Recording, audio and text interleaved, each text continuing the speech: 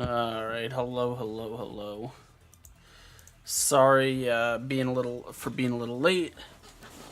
I was trying to set up some stuff.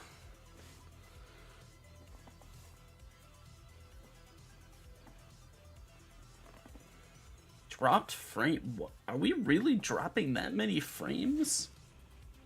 Wait, what? Hold on. Okay.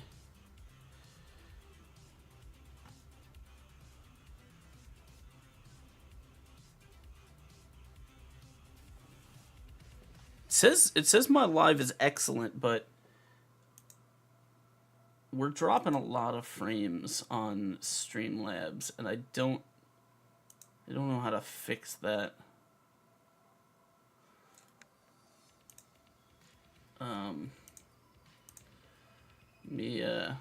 Let me get set up here. Okay, don't need that. Do need that.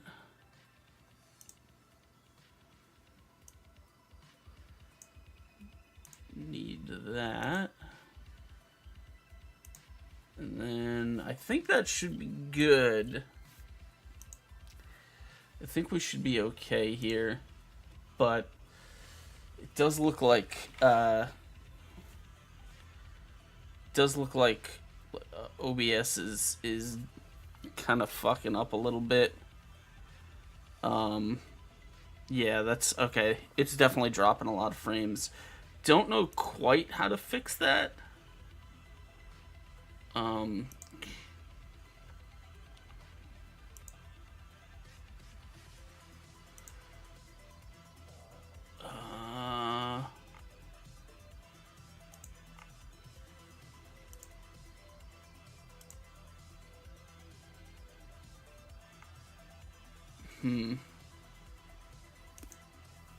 This is, I think that's probably because I am trying to multi-stream now.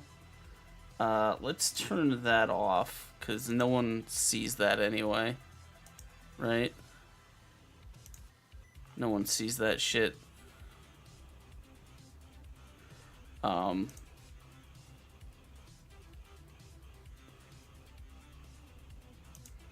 don't know.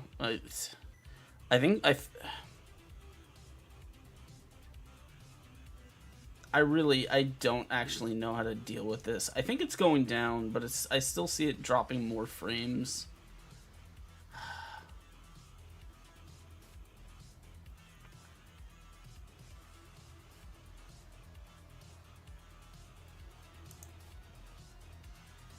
Let's try some other shit real quick.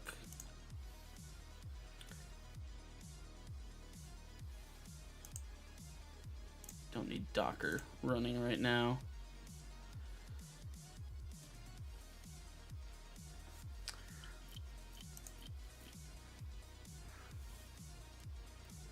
I think we should be okay. I don't know. Whatever. Look, if it's fucked, it's fucked. There's nothing I can do about that. Okay, guys?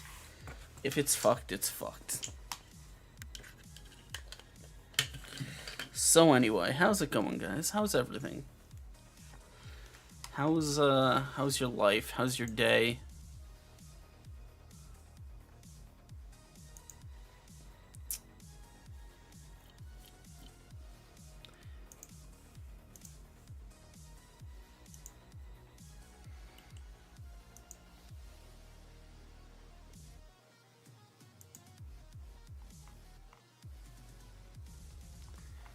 Why is that like that? That's so weird, dude.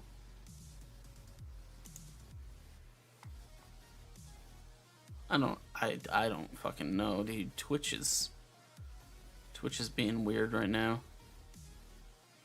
Anyway, let me grab my painting.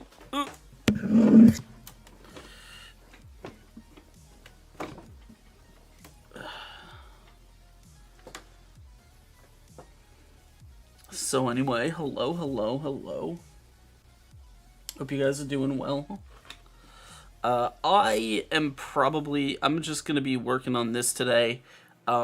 I'm gonna be doing some refining in black and white, which is probably gonna be very, very low key. You know, just kind of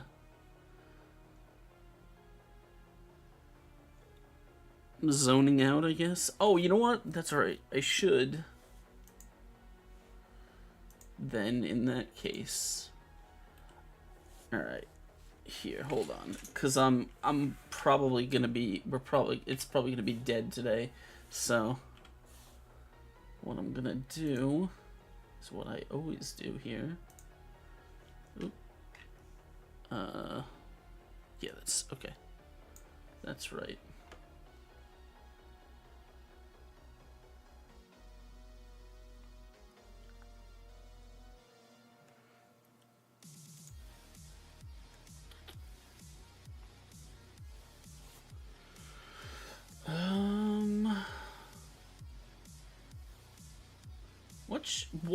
What if we could put on anything? What would be something good to put on?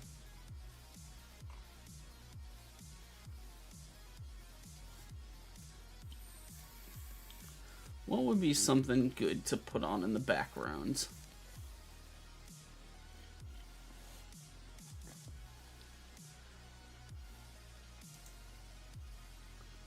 Let's see.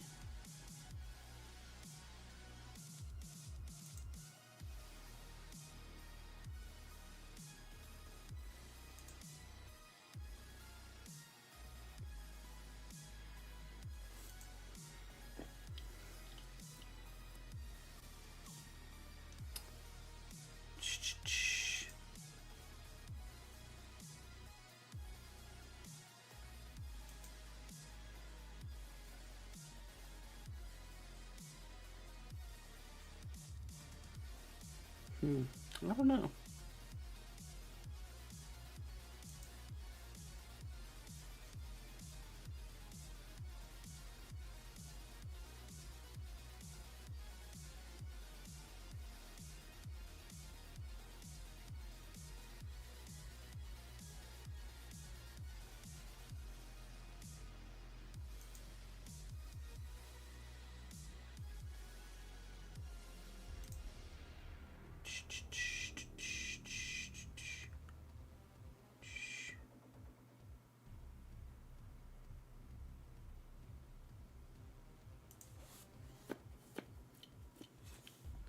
Why don't we put on this? We'll see. See if it's good.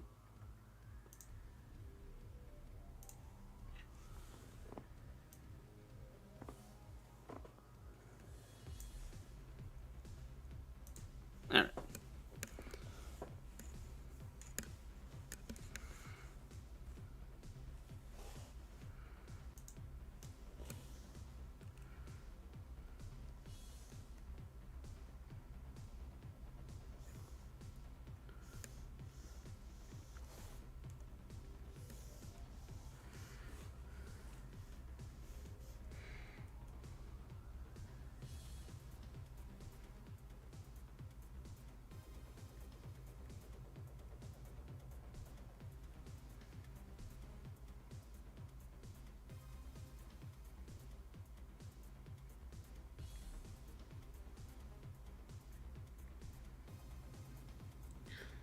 So what's going on, guys? You guys alive? How was your weekend?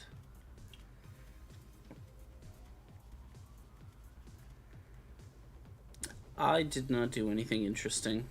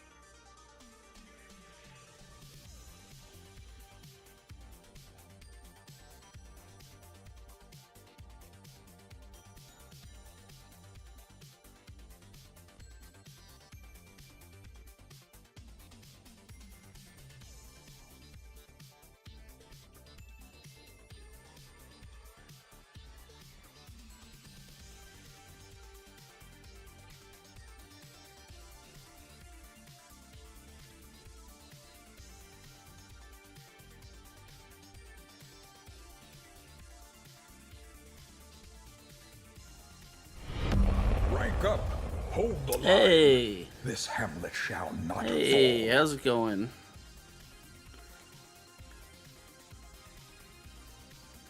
Well, come on in. Hello, hello. Hello, hello, hello.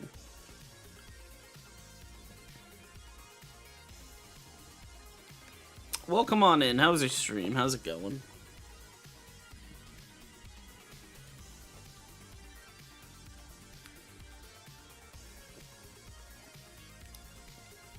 It's going, you know, it's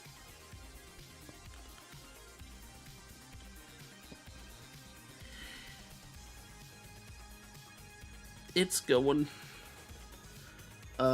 Mostly I'm just kind of in between major projects right now, so I sort of took on I'm doing some kind of temporary project right now. I'm working on this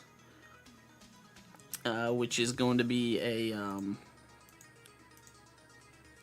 a character group portrait for my my Pathfinder group.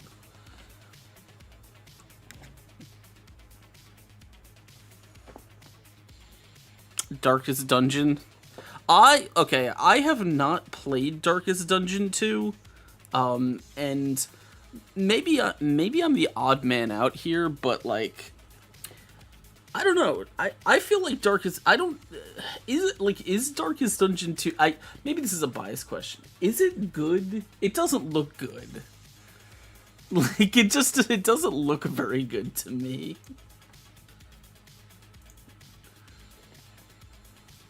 I mean, it might be, but it looks like they just lost all of the stuff that made the first game.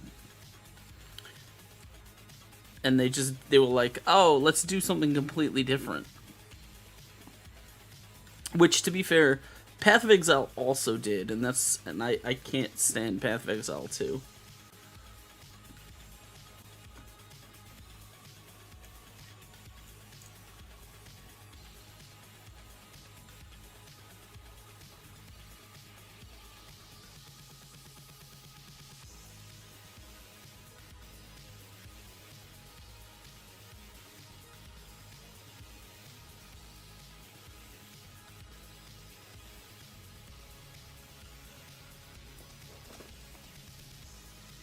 Hold on, I gotta pop out chat so I can actually fucking see it. Yeah, that's sort of my problem, is that I liked Darkest Dungeon. Darkest Dungeon was one of those games where I actually sort of liked, I liked the concept of it more than I liked actually playing it, but I did like the game. And I was like, well, Darkest Dungeon 2 should just be more of that, right? Just more, more stuff in it, right? All that. But they just went in a completely different direction. I'm like, is it good? I don't even know. Like, why not just make more?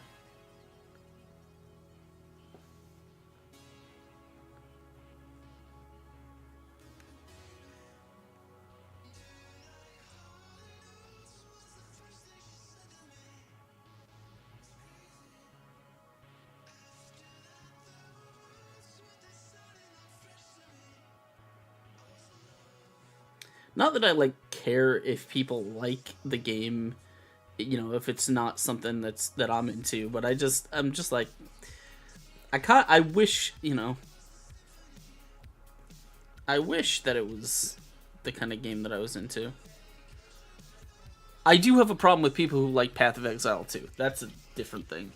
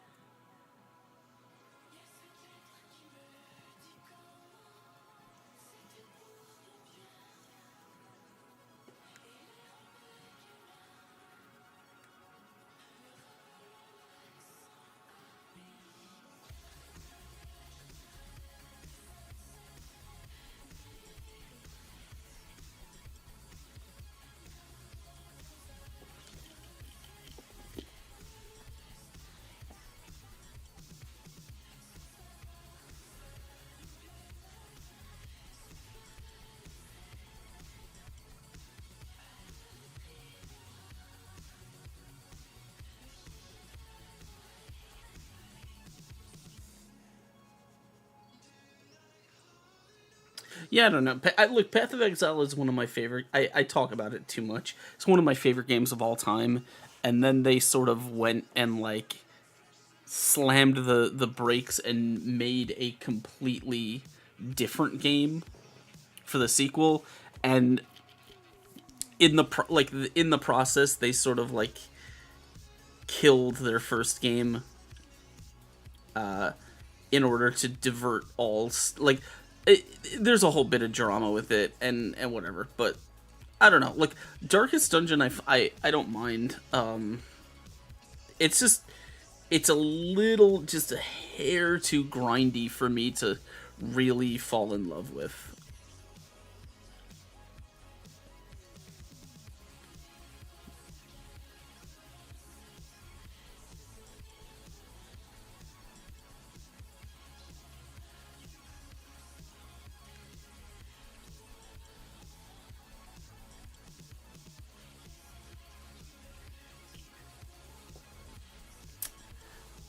Yeah, I don't. The thing about Path of Exile, and I don't know if this is true of Darkest Dungeon, but the thing about Path of Exile is that, like, as everyone who is a fan for a long time will tell you, the game itself was very, very good, but for some reason, the head of the studio, his name is Chris Wilson, by the way, the head of the studio had a quote unquote vision for what he wanted the game to be, and the vision, in quotation marks, was not what any of the players wanted.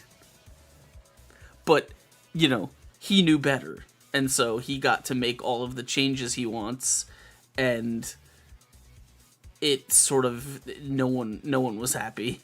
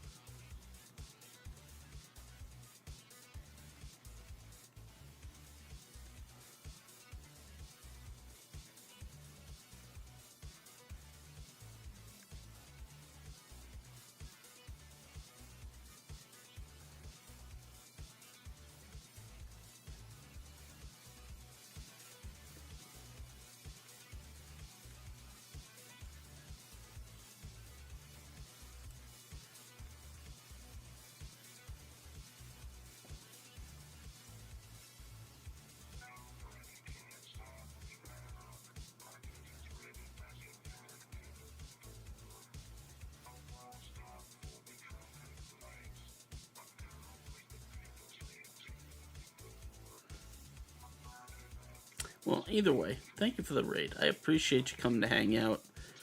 I hope Darkest Dungeon is treating you well. There's someone else who comes by every so often, and like because I think he started raiding me because I was playing Darkest I was playing like community Darkest Dungeon, and he came by there, and he occasionally will come by, and he's always playing. So I think he's one of those people that plays like that's his stream game, and he plays challenge runs and stuff. Not for me, not for me. I can tell you that. I can't even get through one run of Darkest Dungeon, much less one of those like super max darkness challenge,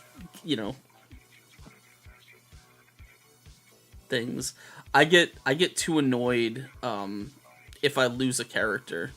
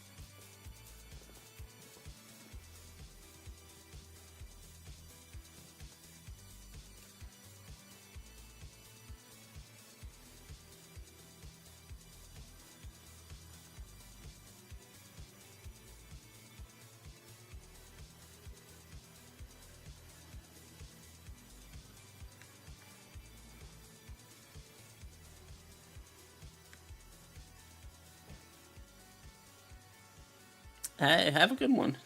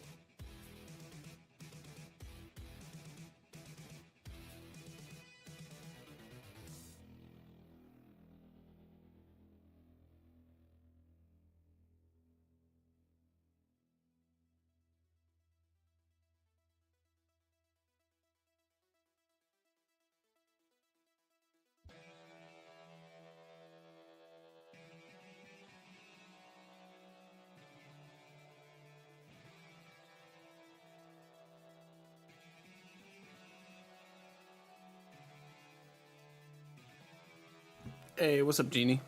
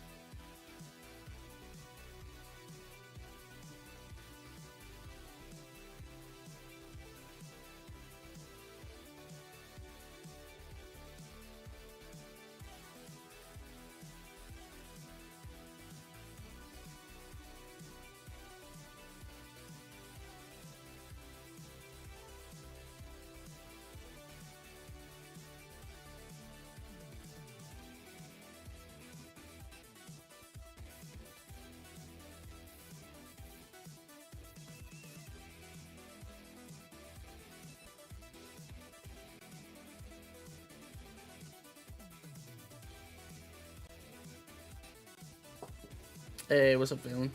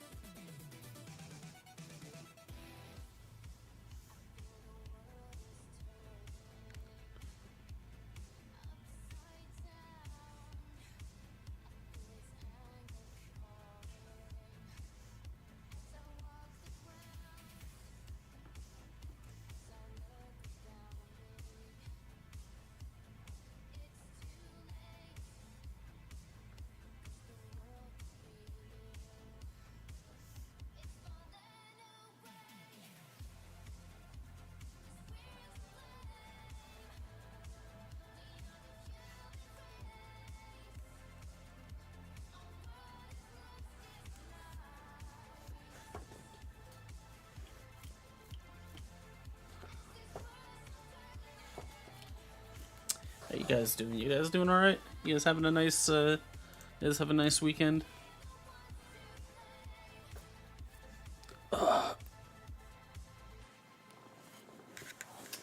I'm currently working on setting up. I'm rebuilding my entire desk with some like 3D printed parts and all kinds of stuff. Because I'm gonna be rebuilding my entire computer setup, new like cable routing and all kinds of things. It's gonna take a little while, but it's my background project.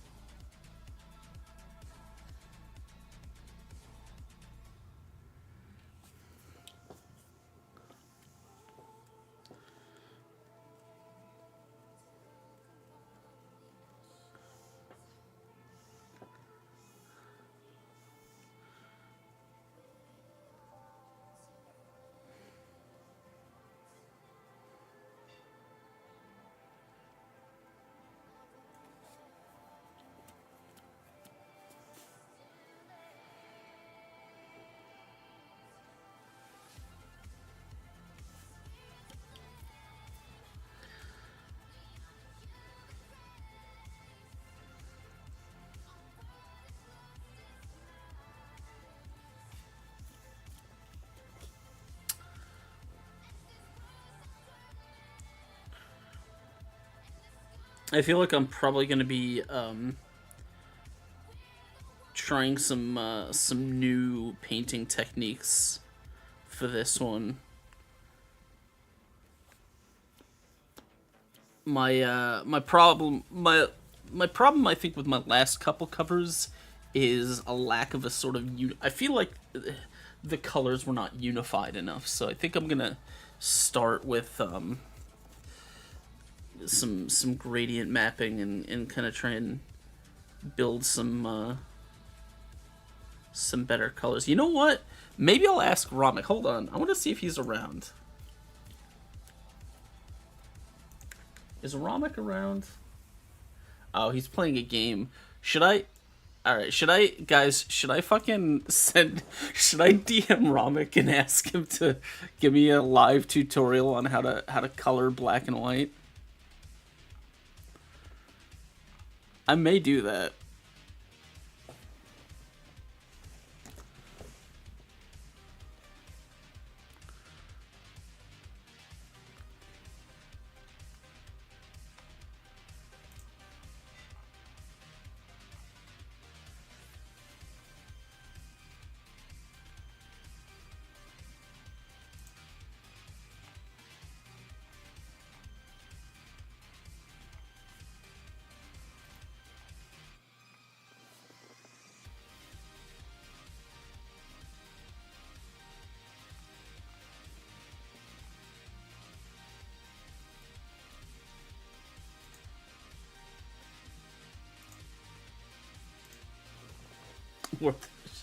Alright, hold on.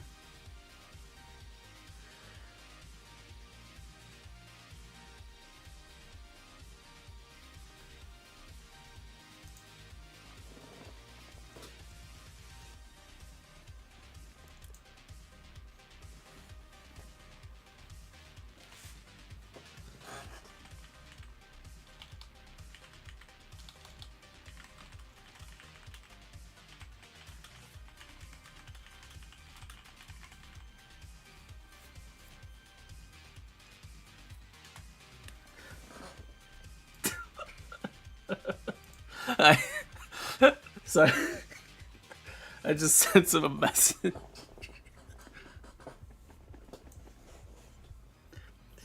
I think that's Borderlands, right? He's playing Tiny Tina's Wonderland.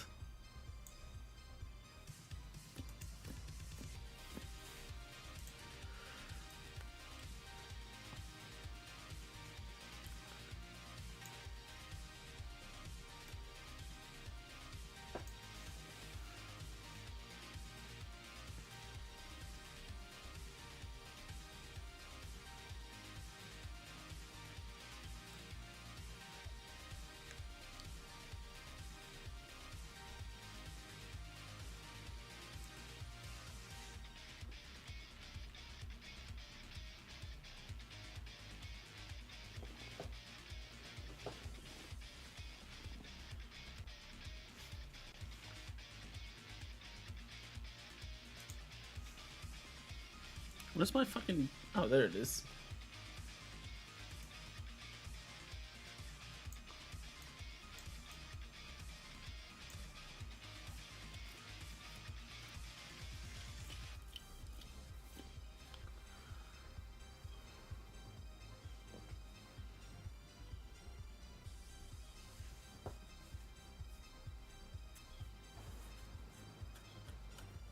I don't know. Maybe I'll get him. I'll get him to explain his techniques, because he does a lot of black and white to color stuff. So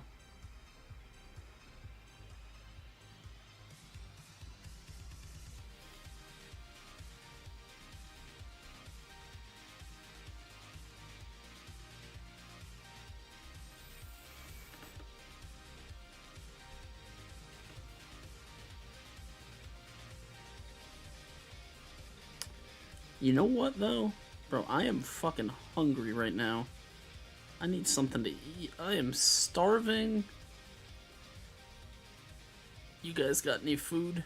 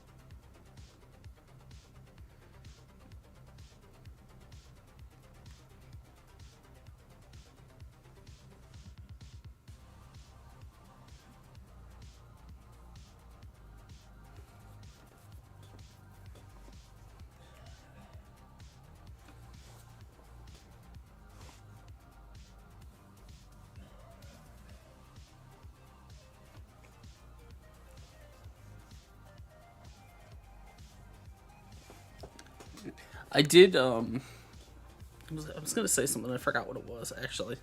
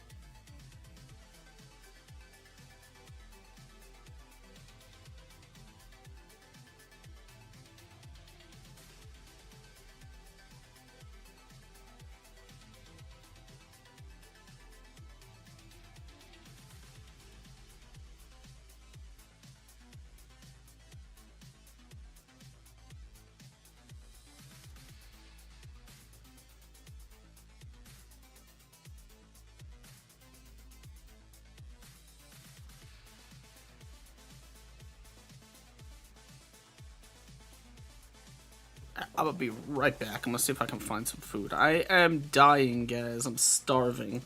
Literally, I'm gonna die. I'll be right back.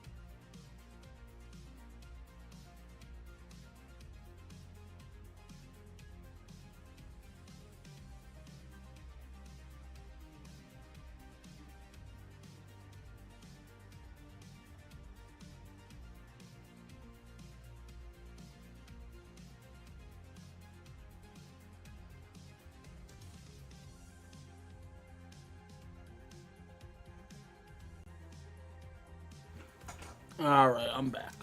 I'm back. I have meat sticks. I forgot I had a box of meat sticks.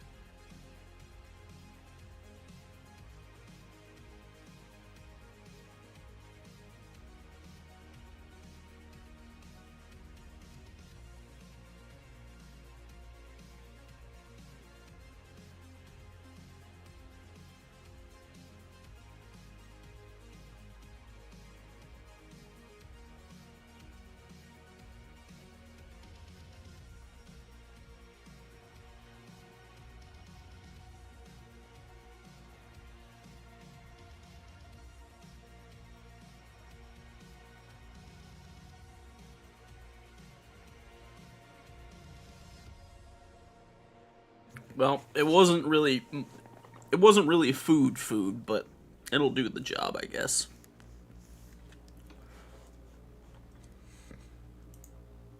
And now I got chips in between my teeth.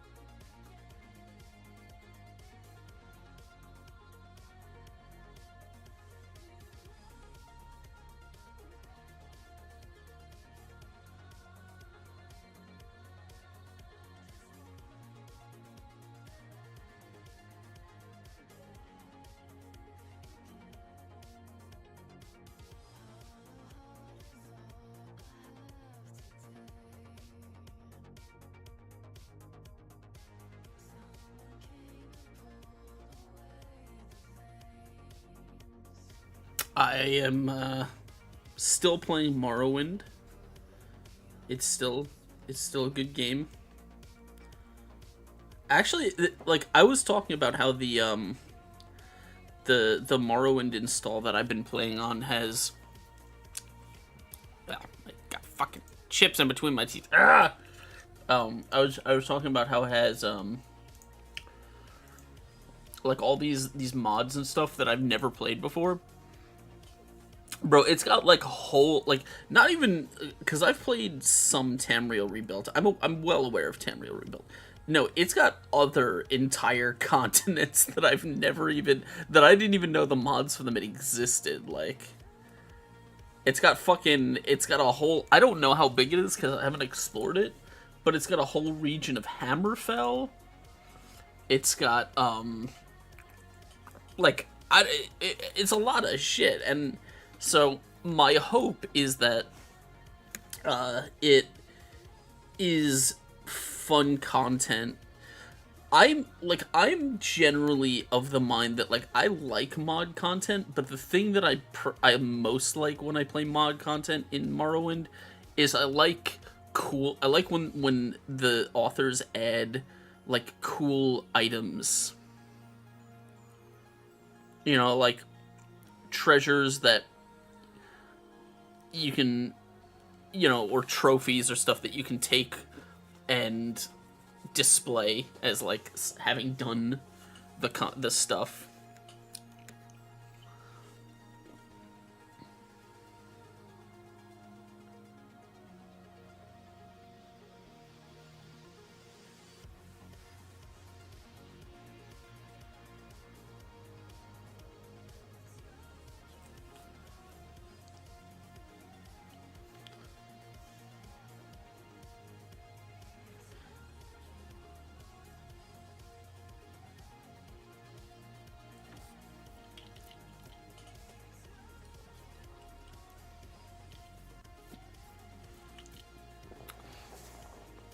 I can't show. I haven't taken a picture of it, but my like so.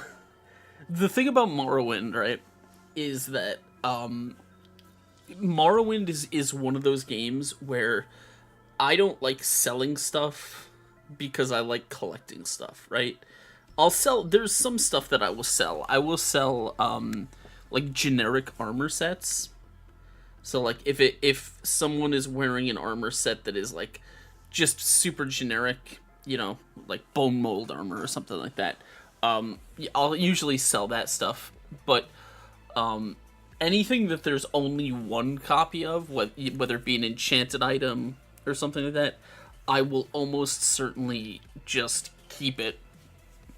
And so the usually if anyone plays Morrowind, and by the way, I encourage everyone to, but if anyone plays Morrowind, what will almost certainly happen, I can promise you this will probably happen if you play, is that you will initially look for somewhere to crash, because the thing about Morrowind is you can't sleep in beds unless they're unowned.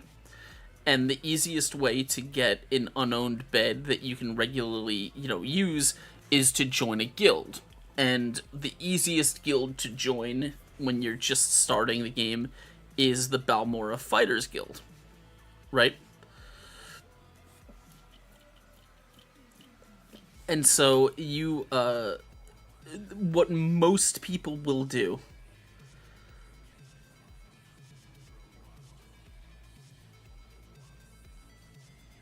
sorry, I'm watching a thing. What most people will generally do is they'll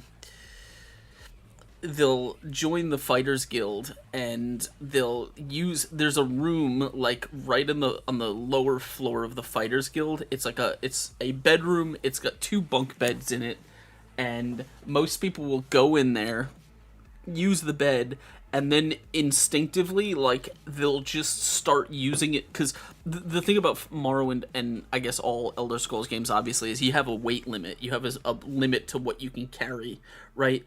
And so people will carry stuff, and they'll bring it back, you know, they'll bring the stuff back to their drop location. Like, people will pick a location to drop their stuff, so that you can like sell it later, or it's like, oh, you pick up, you know, you pick up books, and you pick up, you know, this alchemy sets and all the stuff that you don't want to carry with you, but you want to know where it is. So you know, most people will choose that room in the Fighters Guild, and they'll just drop everything on the floor. I tend to also do that, but for this playthrough, I've actually just been doing, like, I've been exclusively using Creeper to sell stuff, and so my, like, Creeper is in Gorak Mansion, which is in Caldera, and, like, that, I have filled that place with so much shit. Oh no, ads, oh no. I didn't even realize that was an ad thing. I thought that was the signal that a break was coming. Not that it had already started.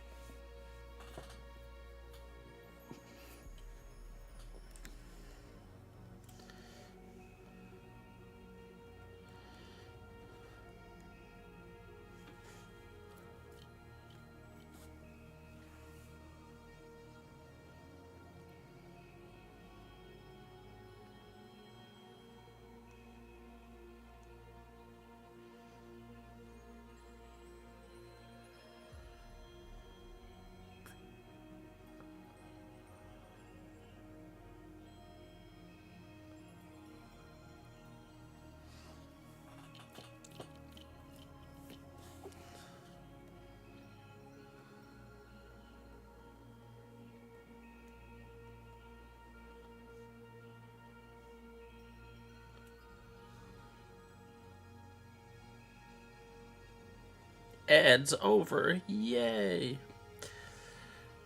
But yeah, so I don't know. I've been having a lot of fun with it. It's one of my favorite games of all time. So anytime I can. But it's like, I love the content. I love Morrowind as a game, but I also do love just experiencing new stuff within it. I like it as a. I think that's also the reason I tolerate Fallout 4 is, like, I hate Fallout 4 as a game. I think it's the one of the worst written games of all time. But it's also kind of fun to play as just a platform for modding. Just to add shit to.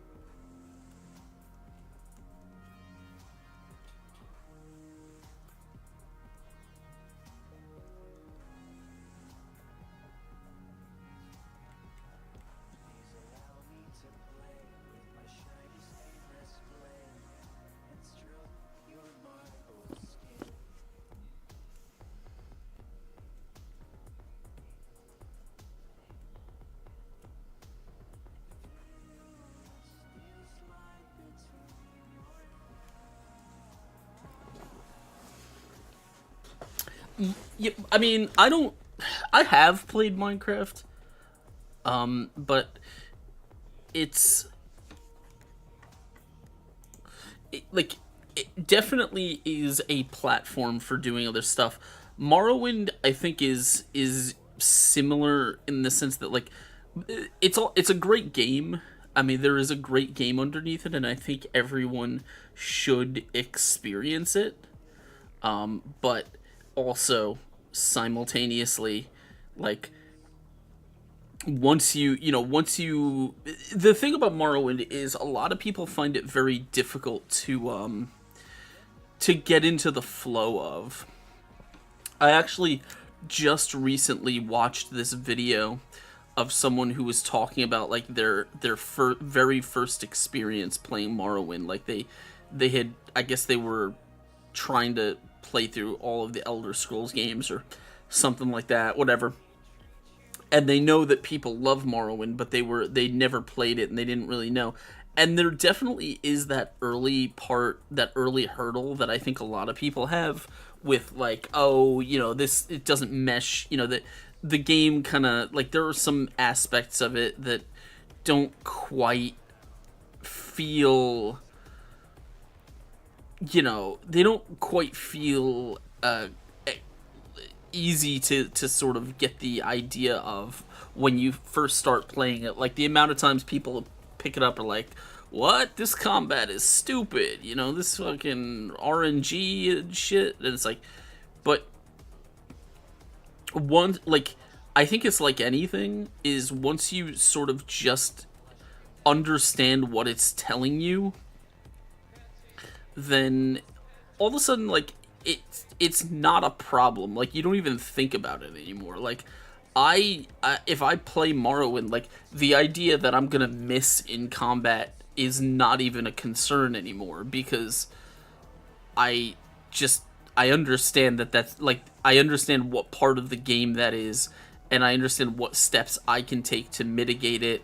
And when I do, it just becomes okay. Like now, it's not like a hurdle that I'm banging my head against. It's just a you know, it's a game mechanic. You understand it. I don't know. I love the game. I want more people to play it. All right, it's good.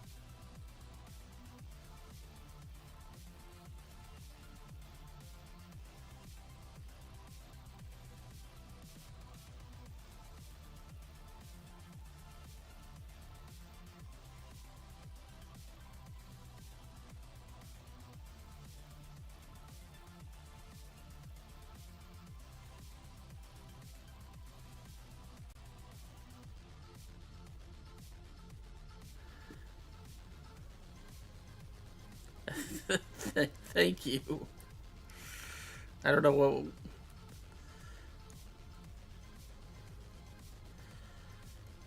I mean, we're. I don't. Because I've been working on this, and a couple of people have made comments about it, and it's like, it's like we're like 10 minutes into this piece, you know. It ain't good yet. It'll hopefully get there, but it ain't there yet.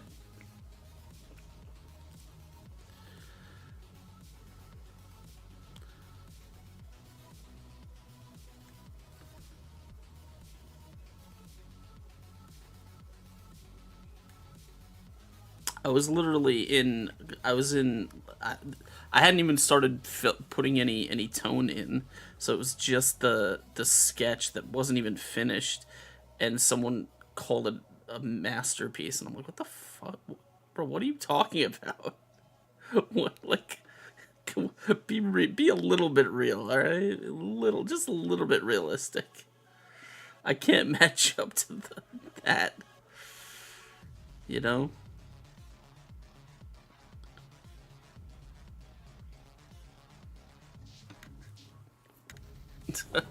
No, I'm just talking about it.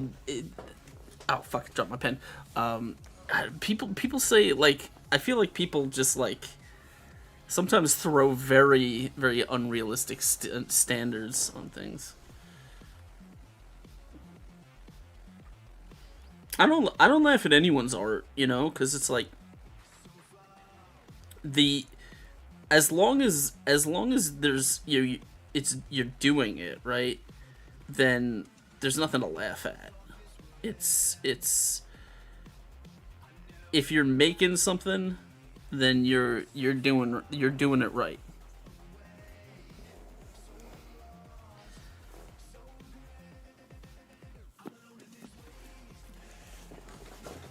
So this, no, that's a color layer.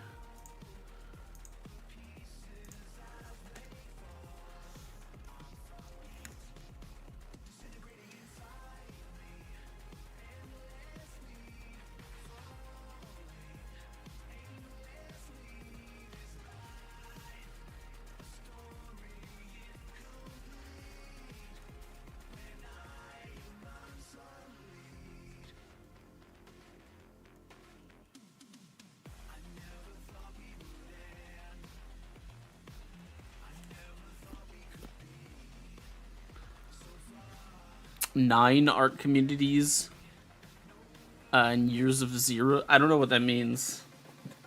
Maybe I'm dumb. I do not know what that means, but it's okay. It's all good.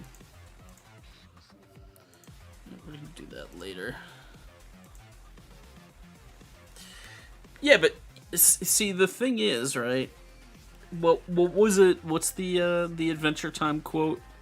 Is that sucking at something is the first step on the road to being kind of good at something? Like, everyone sucks. No one is born good at anything.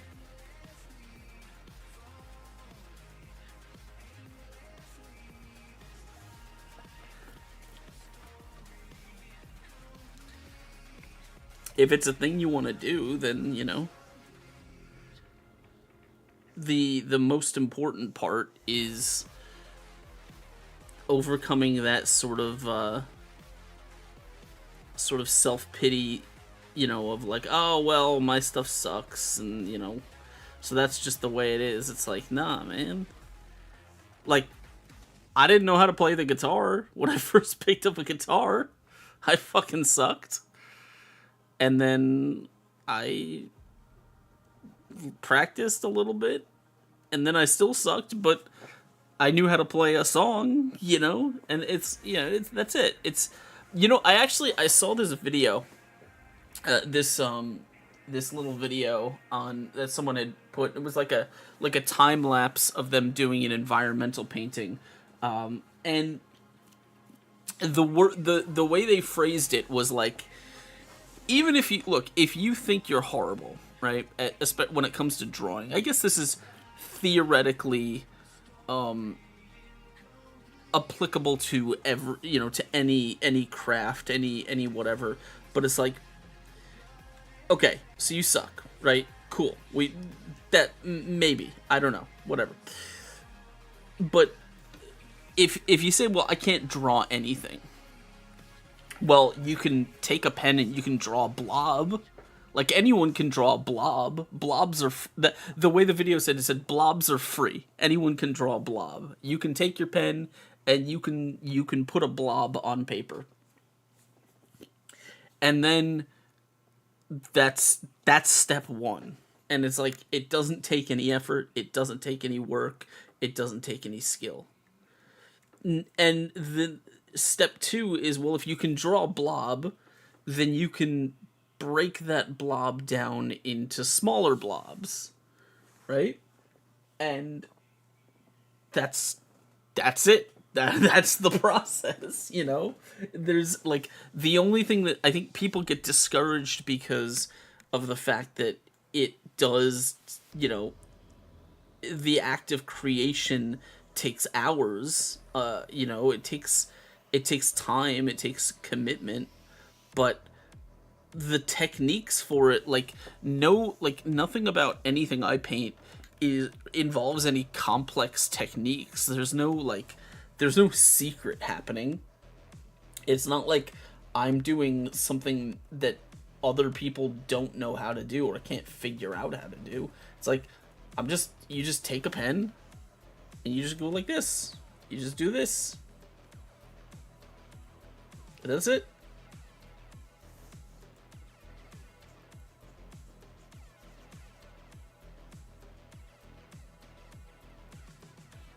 And then the process the process is just the time that you commit to making something, right? Like, that's it. The process is not technique. The process is not skill. The process is just taking the time to do it.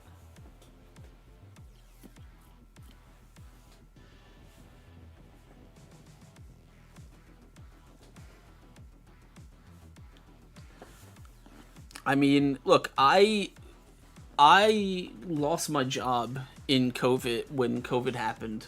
I didn't have a job, and I had no money. I had no way of making money because, obviously no one was hiring, couldn't do anything.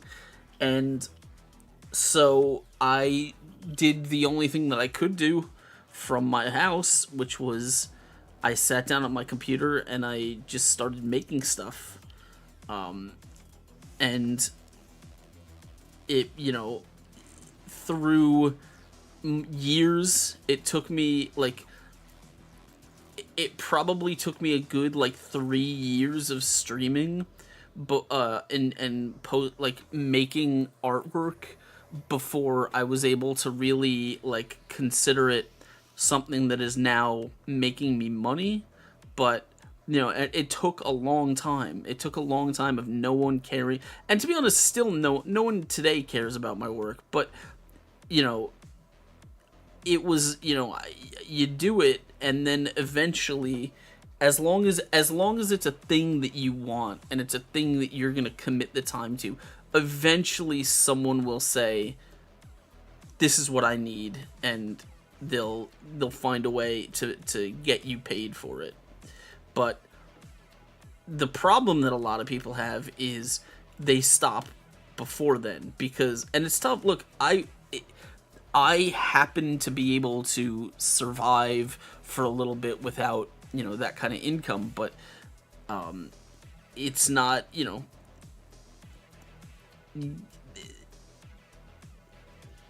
that's if you can't, then I don't know, you gotta, maybe find a way, maybe make it, do it on the side. Not everything has to be a career, not at the moment, at least.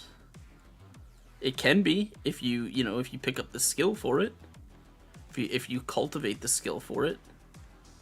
Took me a while. I couldn't paint for shit. Still can't really, but I can kind of fake my way through it now.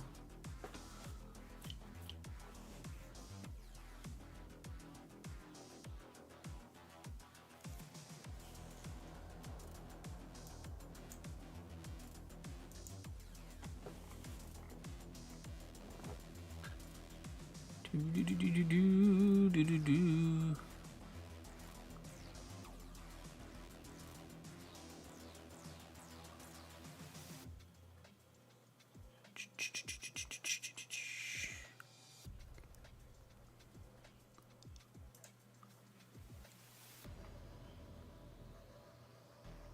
mandatory tentacle. Yes, it is. Slap them on the table, guys. Get them out. Whip them out. Whip them out. Come on. I want to see them. I want to see them.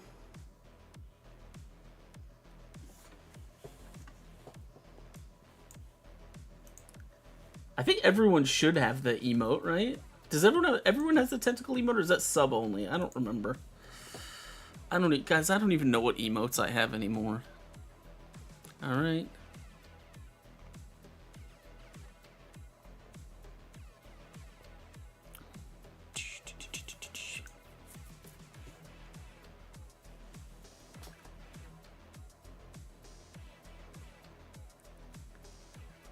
Wait, why do I get the feeling? Oh my god.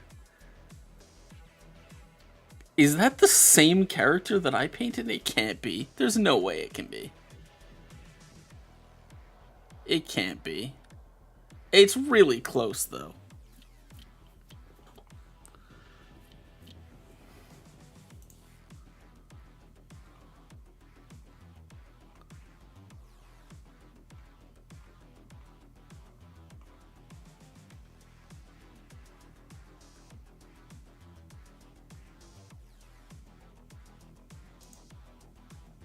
No, it's not. It's not, but it's close. Oh. Yeah, no, so the tentacle emote is this one, which I think is sub only.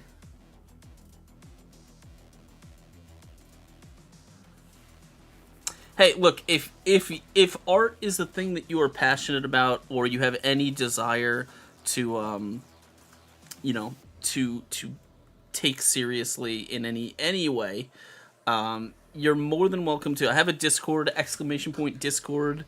We'll get you the link to it. Anyone can join. We have an art channel for people of all skill levels to share their work and, you know, show off what they're working on. And I go through when it is requested. I will provide honest and you know, as usable as I can make it critique, with the aim of helping to cultivate and nurture people so they can achieve their goals of becoming better artists. So, if that's a thing that you are interested in, you're more than welcome to do that. Share what you're working on, show it off, and solicit some feedback.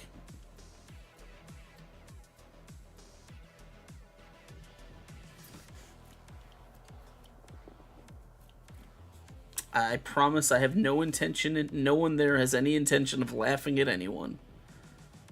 There is no point in laughing at people who are doing something they enjoy. There's nothing to laugh at there. And I have no intention of doing so.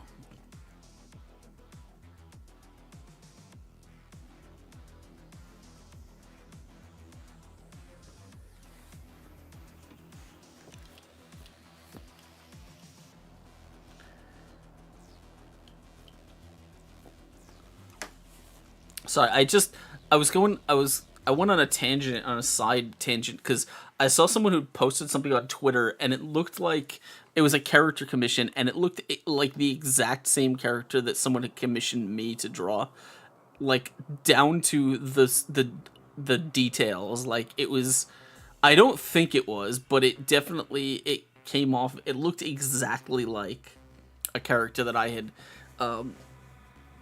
had been commissioned to draw for someone else a while back.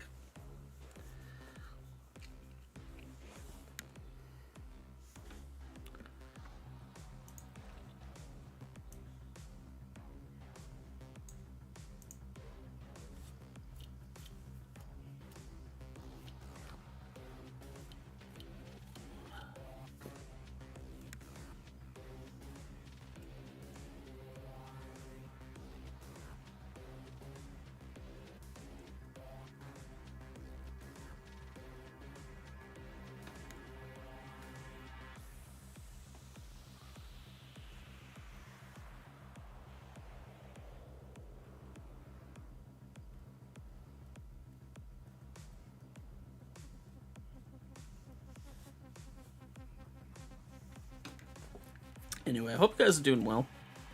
Thank you guys for hanging out with me.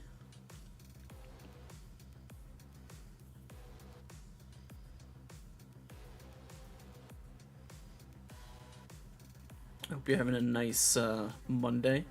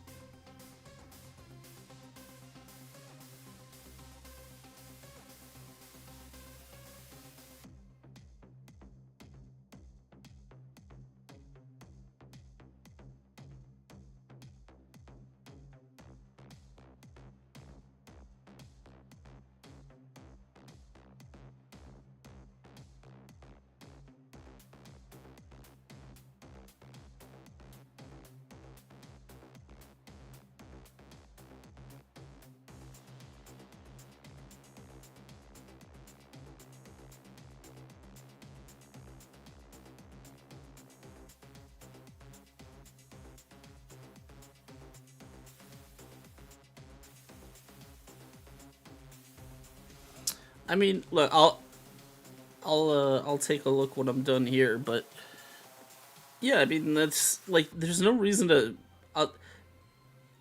The only thing I will say is I how do I phrase this?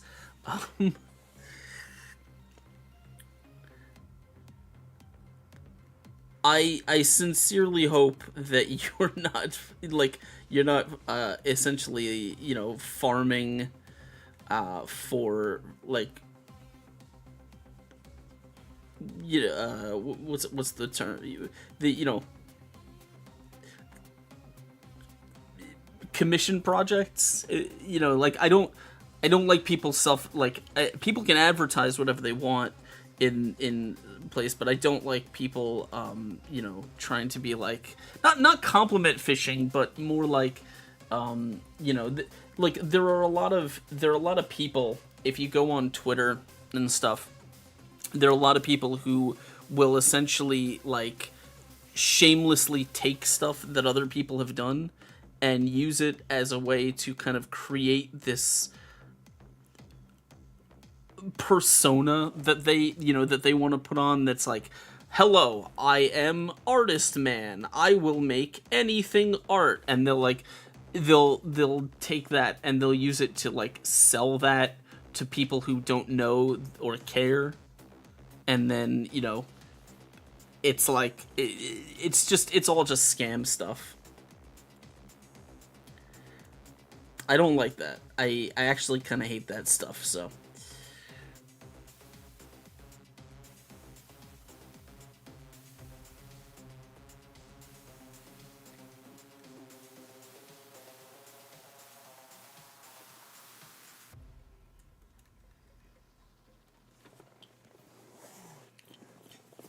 There's such an epidemic of people like I had lots of my stuff stolen by like Twitter scammers and stuff.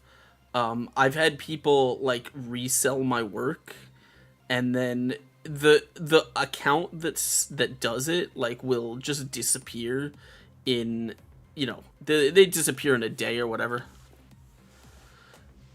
Yeah, no, I'm not saying like that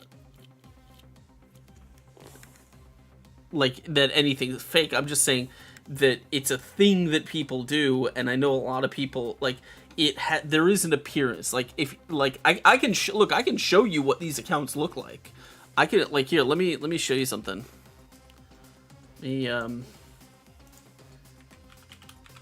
Actually, let me see if I can find this, because I should be able to find this instantly on Twitter. Hold on.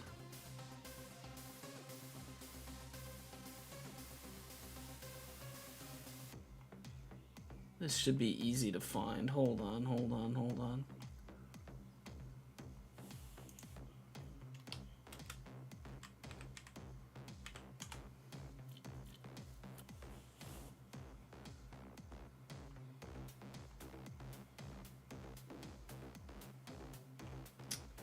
Trying to.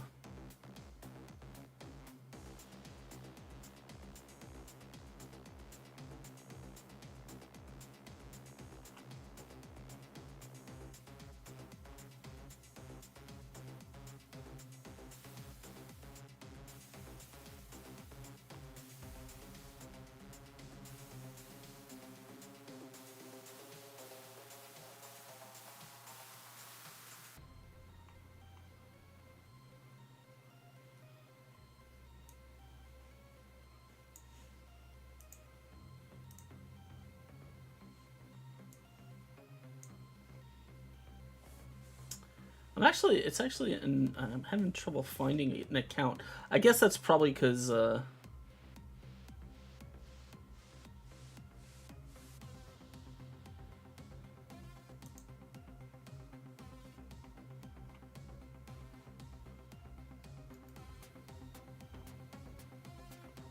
I used to get these accounts all the time. It's kind of, I guess it's kind of hard to find them now, unless they're replying to you. Oh, wait. No, this should be it. Okay. Here we go. Easy. Easy. Okay.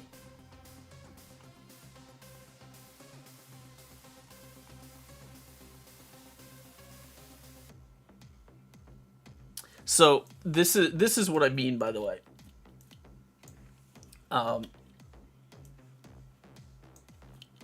So you can find an account, and they're just like these these scam accounts, and they just use like AI generated stuff, and they like, you know, they'll just spam respond to like posts, say like anytime someone asks for a commission, they'll be like, I take commissions, and their whole thing is just this like all this AI generated shit, and like there are clearly people that pay them money and stuff, and that's why it's you know, that's why it's it's the horrible, because they'll be like, oh, I do everything, I do illustrations and websites and logos and this and that, and it's like, it's all fake. This is all fake shit. Like,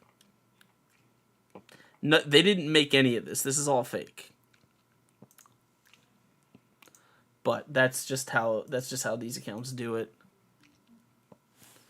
And so like what'll happen is they'll oh, sorry, I gotta find some new music. What'll happen is they'll spam respond, like anytime someone is on Twitter.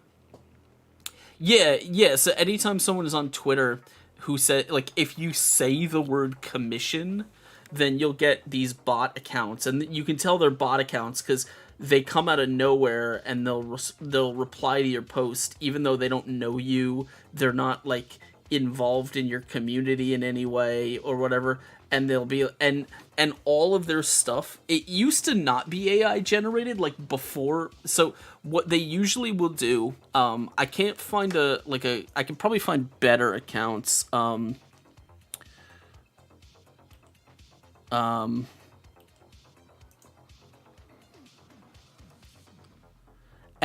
they'll just, their account will just be full of stuff that's like so widely different in quality and content that they're like, you know, it's clearly stolen from people all over the internet. Like they just shamelessly take stuff and then post it as their own.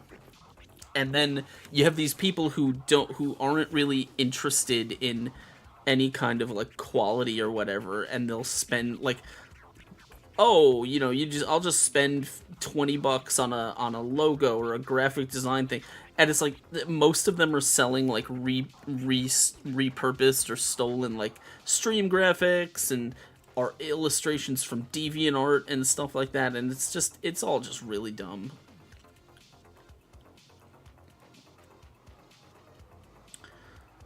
I sincerely hope no one ever gets scammed by these people, by the way.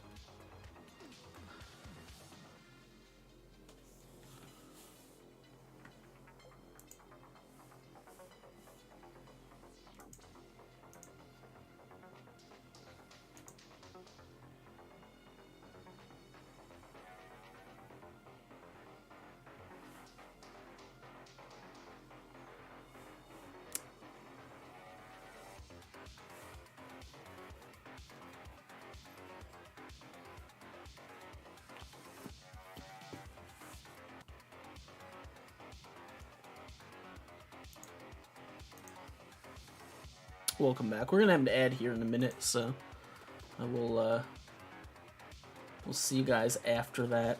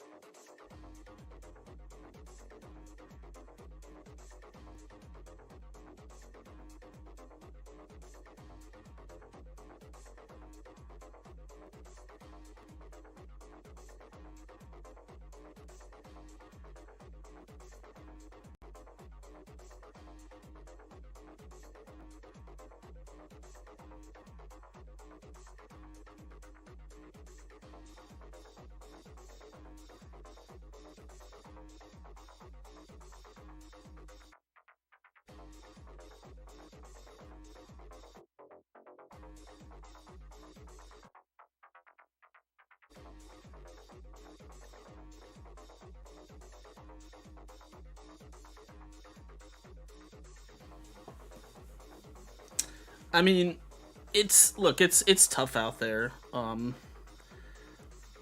I and I sort of I was starting to tell this story, but I had because I before I started doing illustration work professionally, I was doing sort of graphic design for like stream graphics and stuff like that, and because during COVID that was what I was able to do, and often I would run into people because I'd have on the thing about that is like I can just go on Twitch and I can just see if someone is using my work when they shouldn't be, right?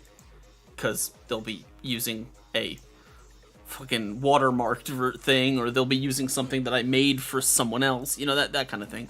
And so I would send out DMCA claims whenever I saw someone who was using my work when they shouldn't be. And a lot of times, a significant number of times, what I would hear from people is that they thought that they had permission to use it, or that they thought they were good because they paid someone for it, right?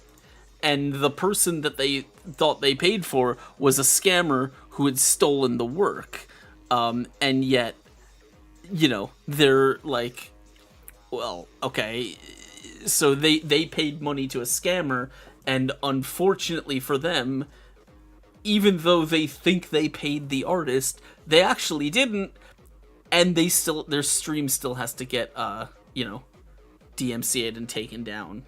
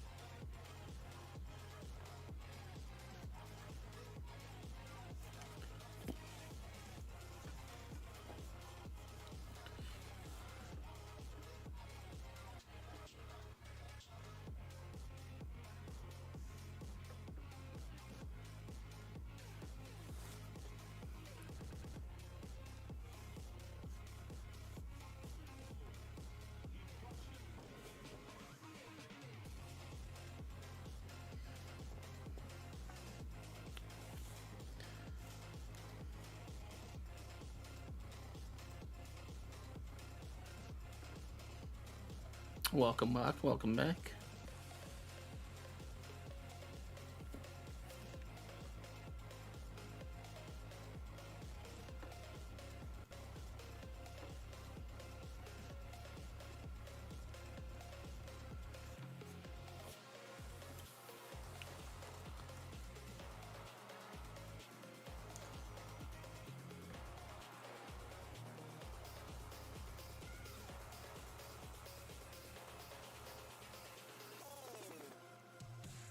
look, the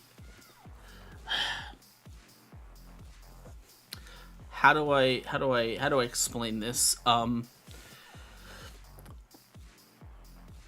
don't put much stock into the idea of I am not what anyone would consider a successful content creator. I had a few years a long time ago where I was somewhat successful in the networking side of things, but never really in the financial side of things. That was in a different part of Twitch, but and streaming and content creation. But the thing is, right? No matter I don't stream for numbers or for any kind of I guess one might say validation in the form of this he's being successful on Twitch. I don't stream for that. I stream very specifically to give myself a way of forcing myself to work, right? I am here streaming because if I wasn't streaming, it would be way too easy for me to just procrastinate and do nothing, right? And so by pressing the go live button, I'm giving myself a form of accountability to myself and to other people that pushes me to work. There's no one keeping me here. I can leave and go do other stuff, but there is that sort of added bit of, okay, well, but if I do, it's I'm gonna feel bad if I'm just well, I don't want to work today, and I press shut down stream and I go do something else. So the content creation, it is not part of art, right? Or at least it shouldn't be. You shouldn't be making art because you want people to see it, right? Or because if your metrics are bad or whatever, it's gonna discourage you. Because if that is the case, then unfortunately you're sort of gonna be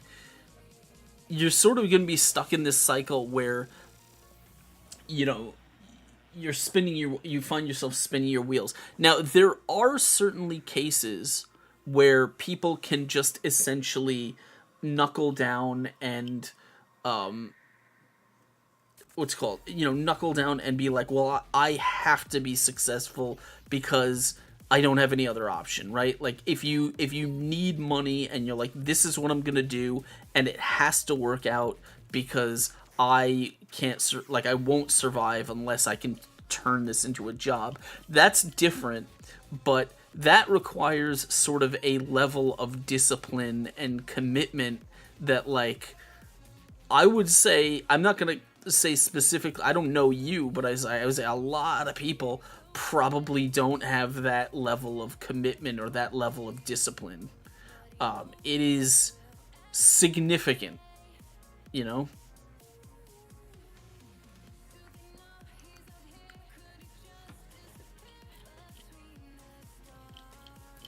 But I never do.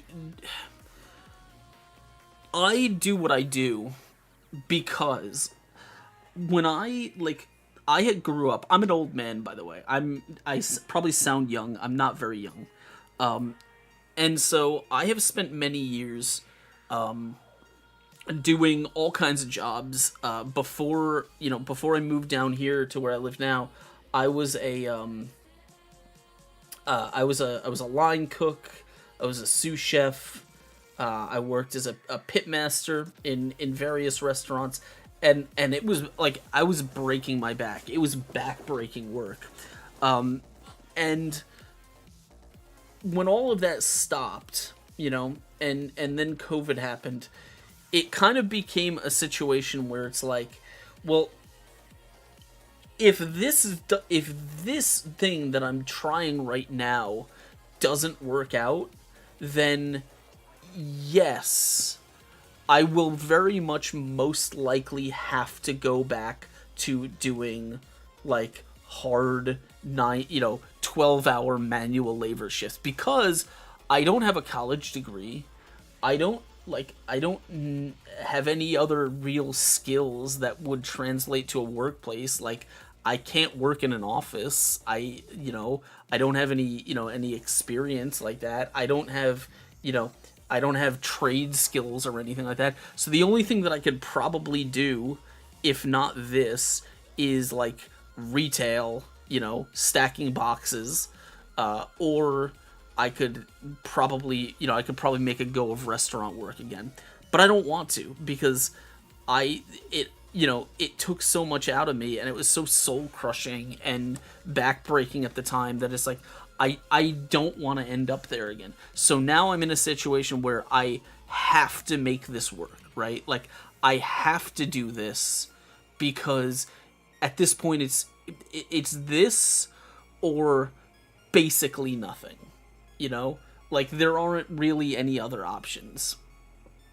And so that's why I spent years pushing, and trying to get better at illustration. Let me, like, look, I show people this all the time, and one of the most common refrains I get is, oh, well, it's still better than me. And I hate that, because it's stupid and it doesn't address the problem. But when I started, like, here, let me show you. Like, this is, so, I'm trying to find the oldest thing I have here. Thank you for the follow. I'm trying to find the oldest thing that I have in my folder. Sort by date.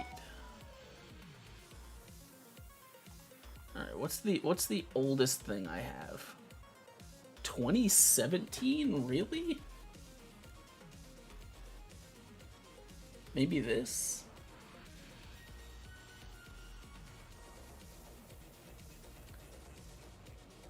Okay. Yeah. So the oldest thing that I have in my folder, I think, is this. Even though I don't know, this doesn't seem that old, but I thought it was. But I couldn't paint, so I could kind of draw, but not well, and so, like, this is the oldest stuff that I have in my my art folder that I was doing in like 2019. And the problem is, at this point, I couldn't draw, I couldn't paint, which is why everything's in black and white, and I didn't know, like, I couldn't finish anything either, right? And so what I did was I just worked at it, and so, where is it? Oh, wrong drafts folder. I have multiple ones. And so this is the last illustration that I did, which was I did last month.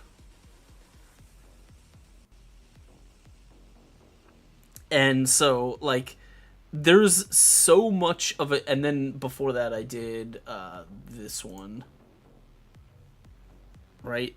And there is so much of a difference between this and this, right? Like, there's years of difference, but there's also a need to make it, to do better, right? Because I can't make any money doing this.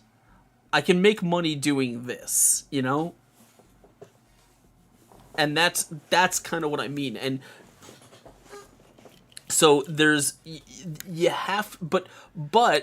the thing you have to understand is, it wasn't just that. Like, I can show you, more stuff. Like there was other stuff in between. Like one of the first sets of, let me see if I can find what this. So this is one of the first sets of paintings that I ever got paid for. This was one of the first paintings that I ever got paid for. And like this is horrible. Like nothing about this is controlled or like or represents any skill. There's so much fumbling here that like unsure of what to do and no real control and stuff. But there are little bits that kind of, you know, that kind of were like, if you just nurture them a little bit, you can get where you're trying to go. And that was kind of that, like again, like these paintings are miserable, but if you can get here, like they forced me to kind of learn to do stuff, right? To do shit and to just get over my own, you know, my own lack of confidence and to just do it, right? And it's like, because I was able to do these, then I can go on and I can do stuff like this. Because nothing is different between this and that other than, you know, let's see, what else? Like, nothing is different between, you know, one of those and, like, you know, and, like, this, other than just the time invested. You know? It's just that, like, it's just taking it slow, right? It's just slowing down and learning to understand the process and, you know, and trust that, okay, as long as you can, you know, as long as you can make a concerted effort to do a little bit better than you did the last time, then you'll get there. You can get there, right? And that's sort of that's the way that I operate now, is it doesn't have to be the best, right? It doesn't have to be amazing. You don't have to, you know, you don't have to be, you know, the version of yourself that you idolized or that you fantasize about right now. As long as you do the best job that you can and you just try and do a little bit better than where you were the last time, that's it.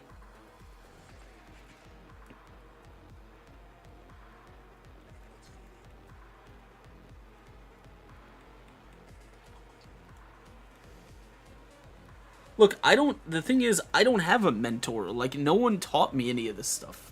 This is just...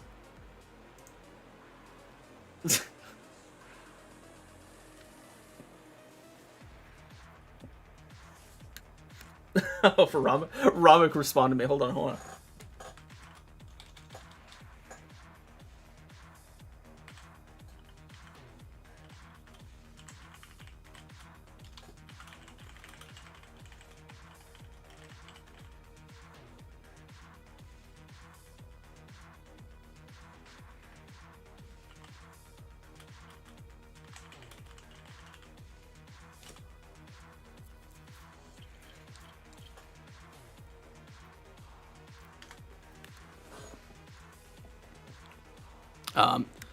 Yeah, well, no, of course, that's also the thing, is, like, you have to, like, there does have to be an acceptance of where you are, right? I remember when I was a kid, and I picked up my first guitar, I learned how to play, I think I learned how to play, like, a Beatles song, you know, I learned, you know, I learned how to noodle around on the fretboard. And in my head, I thought, okay, I know where all the high notes are. I know where the low notes are. I'm comfortable with fretting a power chord and a, you know, this and that. I could probably play a sick guitar solo. And the answer is no, that's not how it works, right? Like, it doesn't work like that. You have to, like, you have to build up to it. You have to build the dexterity and the skill. And And also, like, there's a thing that I think a lot of that one of my main problems, right, is that I think is probably something I'm working towards. I'm trying to get better at actively. Is I think that I feel like I don't think in enough detail, right? Like, people say my illustrations or my paintings are detailed, but I genuinely feel like I don't, like, they're too empty. There's too little there, and I'm trying to actively make it feel like I'm trying to actively work on that. And, like, so there's all kinds of stuff that I'm working on and I'm trying to think about and I'm trying to work on all the time, but it's just, it's a process. You do it one illustration at a time. You don't really ever, you know it's not a quick thing.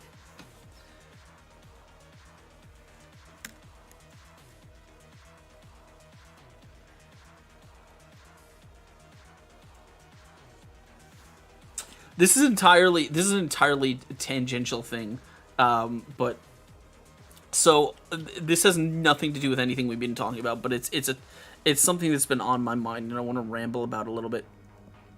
So someone invited me to a Discord that was largely for streamers. I think most of them are VTubers, I guess. I don't particularly consider myself one, but someone did and invited me. Whatever. And it's a server that is like, it's a Discord server that kind of exists for people to get to know each other and like build relationships so they can kind of like collab and stuff together and whatever. All that. And so I was doing nothing, right, the other day, and so I opened up a Discord channel or a voice channel, and I was just sitting there while I was working on stuff, and people could come in and talk, and a couple people came in and we would talk about art stuff. I don't think socializing, like, that style of socializing is for me. You know what I mean? Because instead of talking about art and instead of just like, anything related to like co-working together or whatever, it always seems to end up as like, one person's like, oh, I've got my friend is, their friend Jim joins the call, and he has no interest there. All he wants to do is talk about like inside jokes and stuff that's going on with them on another Discord server where they're just talking about, oh, did you know Steve on the other server said this and he's doing this and blah blah blah blah. And it's like, and I'm just sitting there like, what is it? I don't want to be here. I don't care about any of this shit.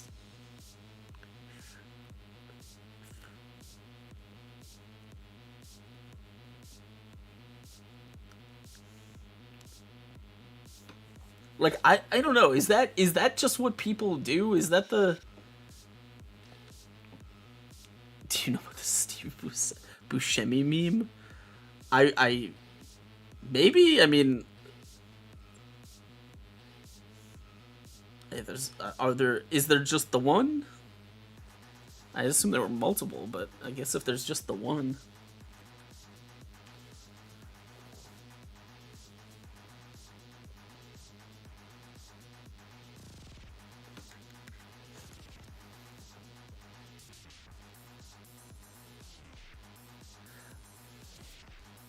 Yes, I'm aware of the how do you do, fellow kids.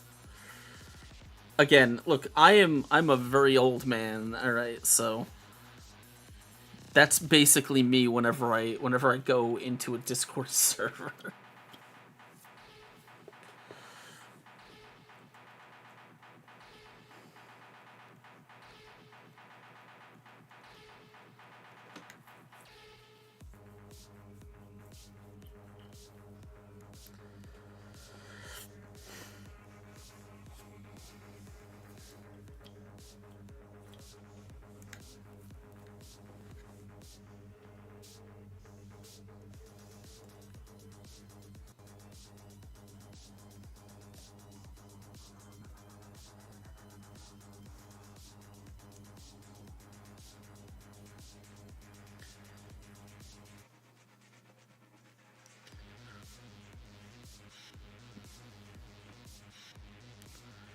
But yeah, like I don't mind being on Discord and just shooting the shit with people, right? Like I'm fine with it. I just don't like being there while like I don't like being in a call or a thing while other people are like just going off down, on basically like even if it's one that I started and then for other people like it's just their sort of private like their private thing. They're like talking about all kinds of stuff that that doesn't even relate to me or that I have no context for. And it's like I'm just gonna leave. I don't need to be here.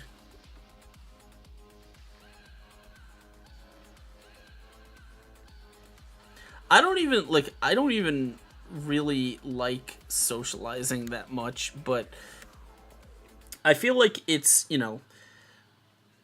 don't know, as a streamer it is kind of, I feel like it's something that I need to do a little bit more of because I apparently cannot support a stream on my own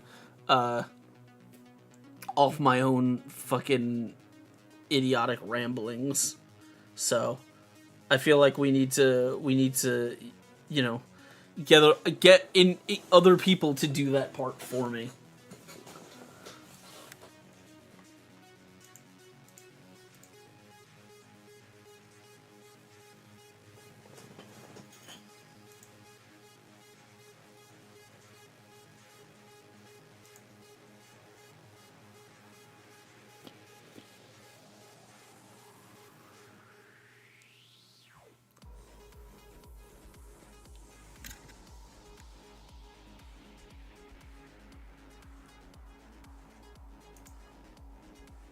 Oh, we've been on for 3 hours.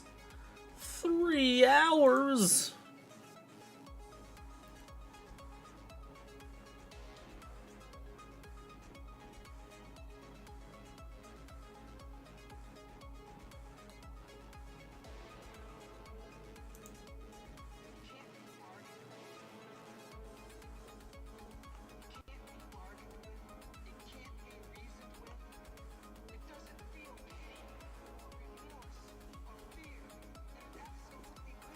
Anyway, if you guys are hanging out with me, by the way, thank you for doing so. Hope you're having a nice Monday. I just realized I haven't even looked. I don't even know if I have any YouTube. I probably don't have any YouTube chat going on.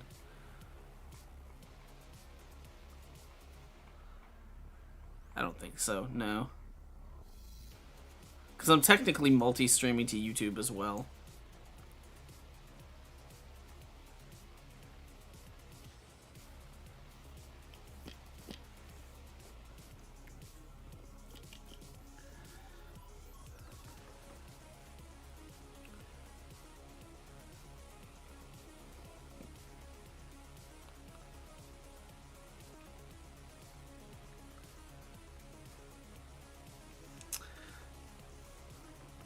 I have not 100% determined whether multi-streaming is worth it or not. I'm still sort of experimenting. Hey man, I appreciate it. Look, I don't have anything to say. I'm not some guru of anything, but just do what makes you happy. Find what if you have a passion, if you want something, just you don't have to give up your life for it, but just work at it. It'll make you happier to just do the thing, and don't do it for praise, right? Like don't create for praise, and don't do it for like clout or attention. Just do it because it makes you, it satisfies something inside you. I always said that I told people when I was growing up that the thing about art is not that it's not something that I like to do per se, right? Because I've been holding a pencil since the tiniest child, and it's like I don't think I don't particularly have something that I need to say about myself or about the world. But I have to do it because there's a voice in my there's like a voice kind of trapped in my brain that won't shut up unless I'm putting something on paper, right? That's the only way to get it to shut up. And so that's kind of like, it doesn't matter if I wasn't making money doing it, I would still be doing it. It just so happens that also I need money.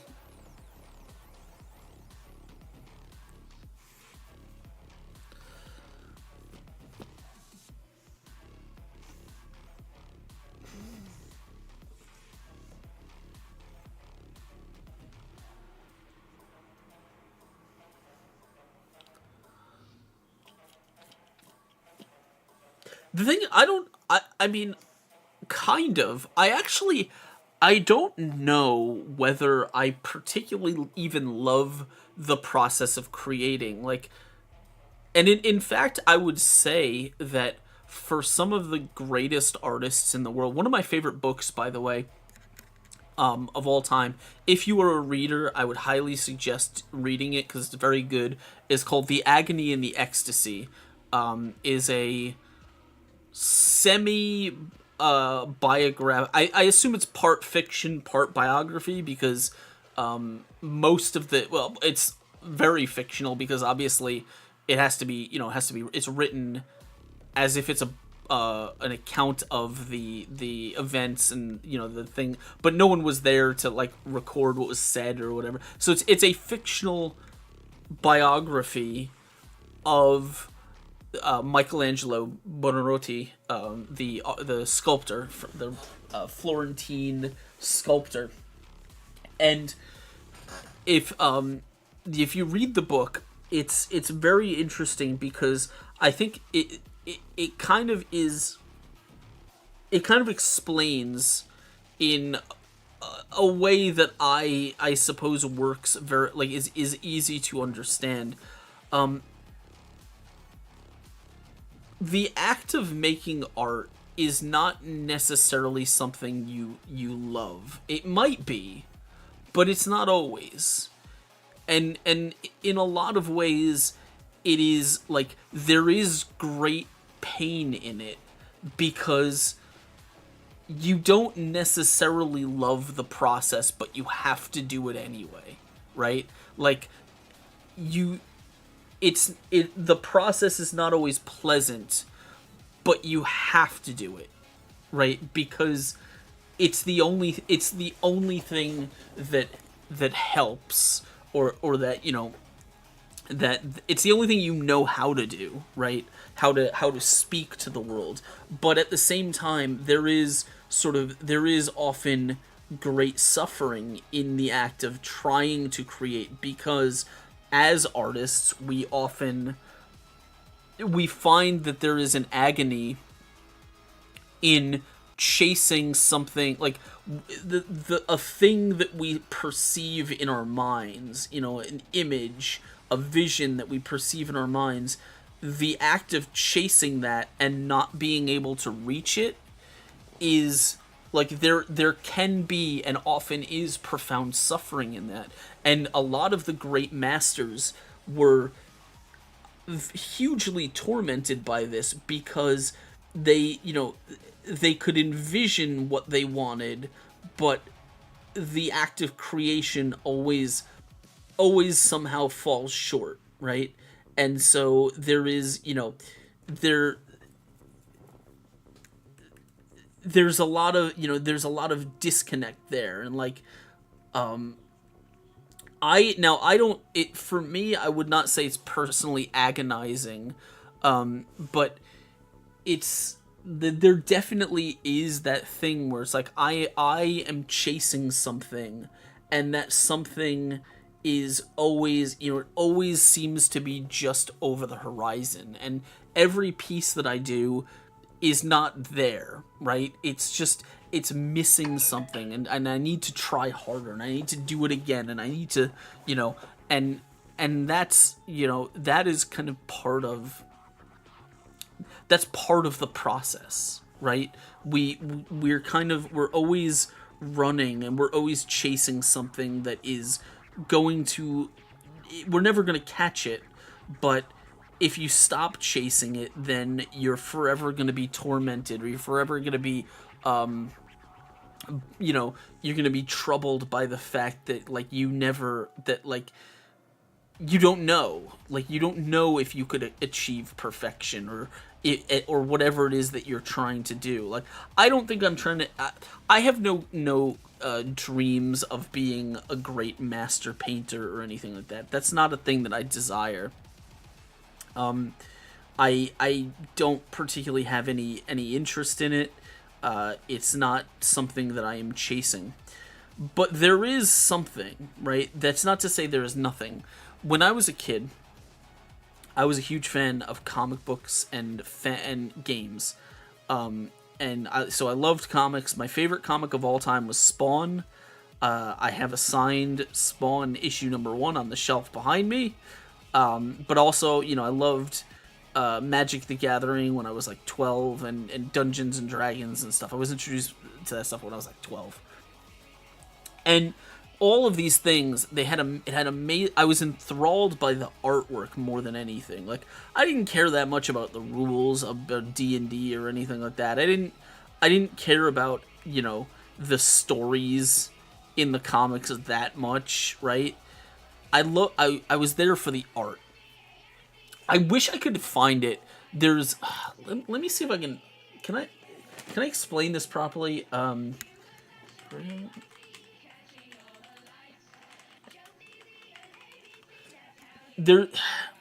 want to show you. I'm going to see if I can find something to explain to you guys what the thing that enthralled me when I was a kid.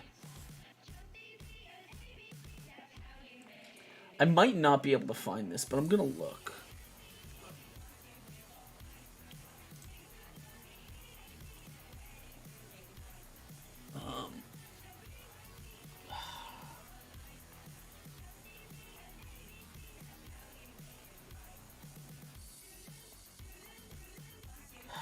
Come on. I know it's out there. Maybe, is it something like this? Maybe?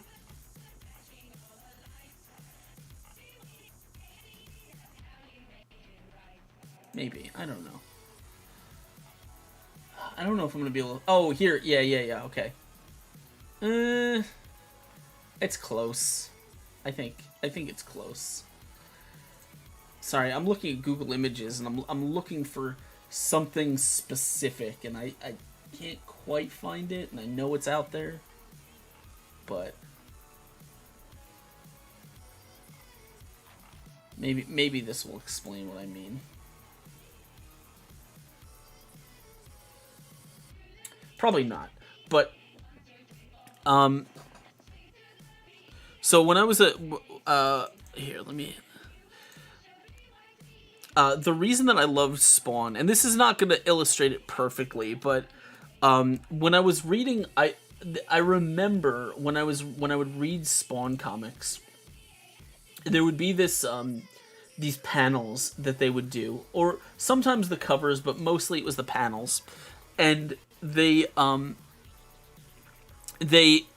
have these, like, it wasn't the hugely detailed big illustrations. I loved those, but the artist, it was Greg Capullo was the artist at the time, and he did these tiny little figures, right? He did like these little tiny figures where it would just be like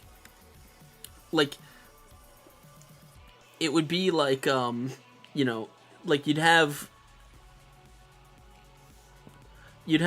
this little tiny figure of Spawn, and I'm not going to do this justice, but, you know,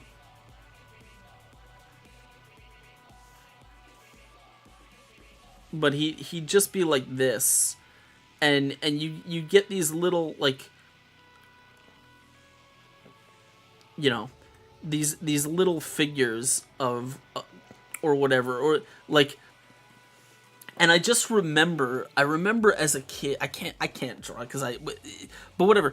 And I just remember being something about them was so enthralling to me, and it was like, how do they get the detail, and the, like, you can read it and you know what it is, and it's there, and it's like it communicates everything about the character, and it's just this little tiny little sprite, and I don't know. Something about that was to me hugely enthralling. And so similar things when I was reading, when, you know, the old D&D artwork with like Wayne Reynolds and all that stuff. And as a kid, I just remember being like, all I wanted, or as I guess growing up, all I ever wanted to do was like capture that stuff that was like so enthralling to me, the stuff that like that just caught my attention and held on to it and wouldn't let go. And as an adult, like, I don't care about being remembered or going down as like a great master painter or anything. I have no interest in that. What I want, if anything, is I just want to bring to someone who sees my work, I just want to bring that tiny little spark of, you know, I want them to feel in a small way what I felt when I was a kid, right? About looking on, you know, I want to give that feeling that I got from the art and stuff. I want to give it back in some way, if I can. That's it. That's all I want to do. So.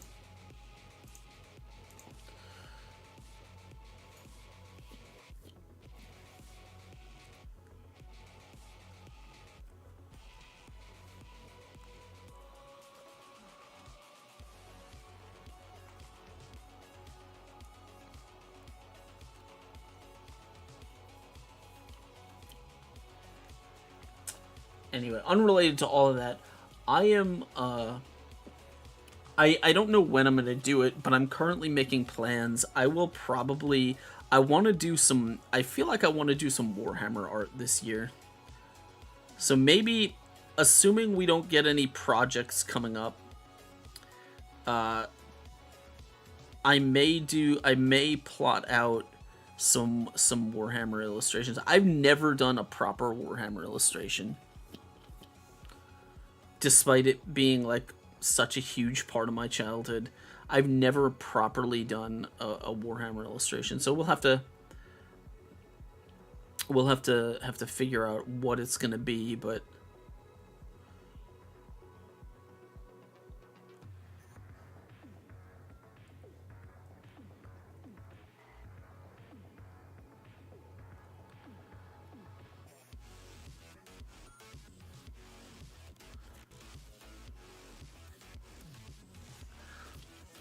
I'd like to do at least one.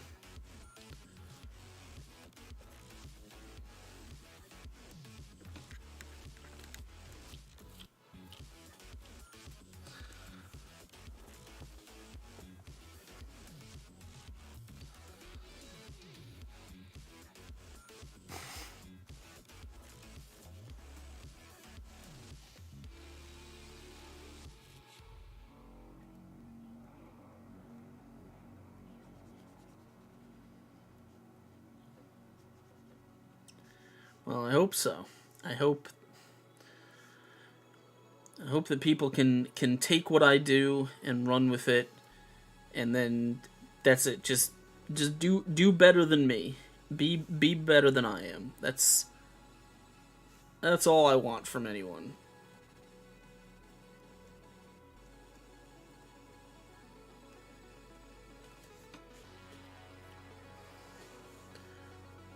You have the power. Be better than I am.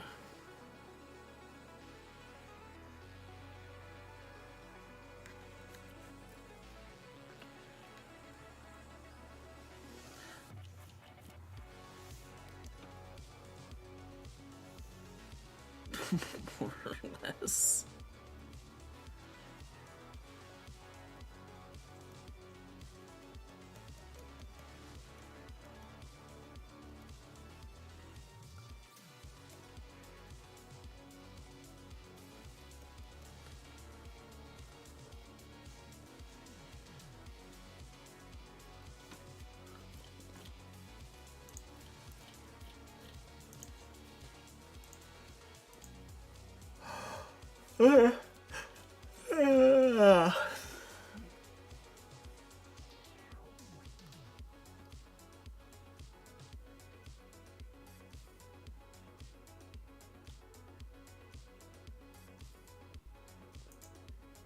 I tell you what, though, I do hope some commissions fall through or come through soon, because I need money, man. We were supposed to be doing some stuff after ReaperCon, but I haven't heard anything about it, so we'll see. We'll see what's going on.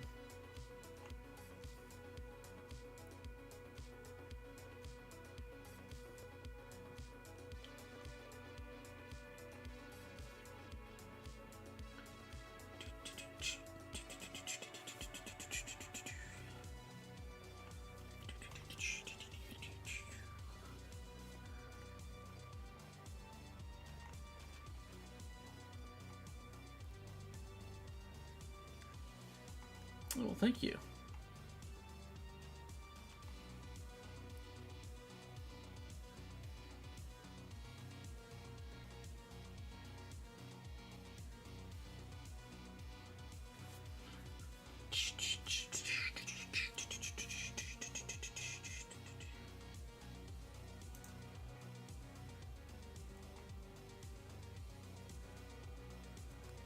Bruh. What am I doing? I don't. Okay, this is. I want to step into a new topic, a completely different topic. So my Twitter feed has been, and this was because I engaged with some people and some content and stuff. But my Twitter feed has largely been nothing but VTuber stuff recently, and it is a weird scene, and I will say it's weird because someone, as I just saw a tweet where someone posted their stream summary, and their stream was 3 hours, and their max viewers was 10, I think, right? So, 10 viewers, 1 follower, right? Average viewers 5. And they're like, I guess they're talking about, like, and that's cool, that's fine. Like, I'm not ragging on them for that, but their Twitter account has like 11,000 followers, and it's like, I don't. Where's the engagement disengagement happening? Engagement disengagement. Where's the disconnect happening there? Something about that feels weird.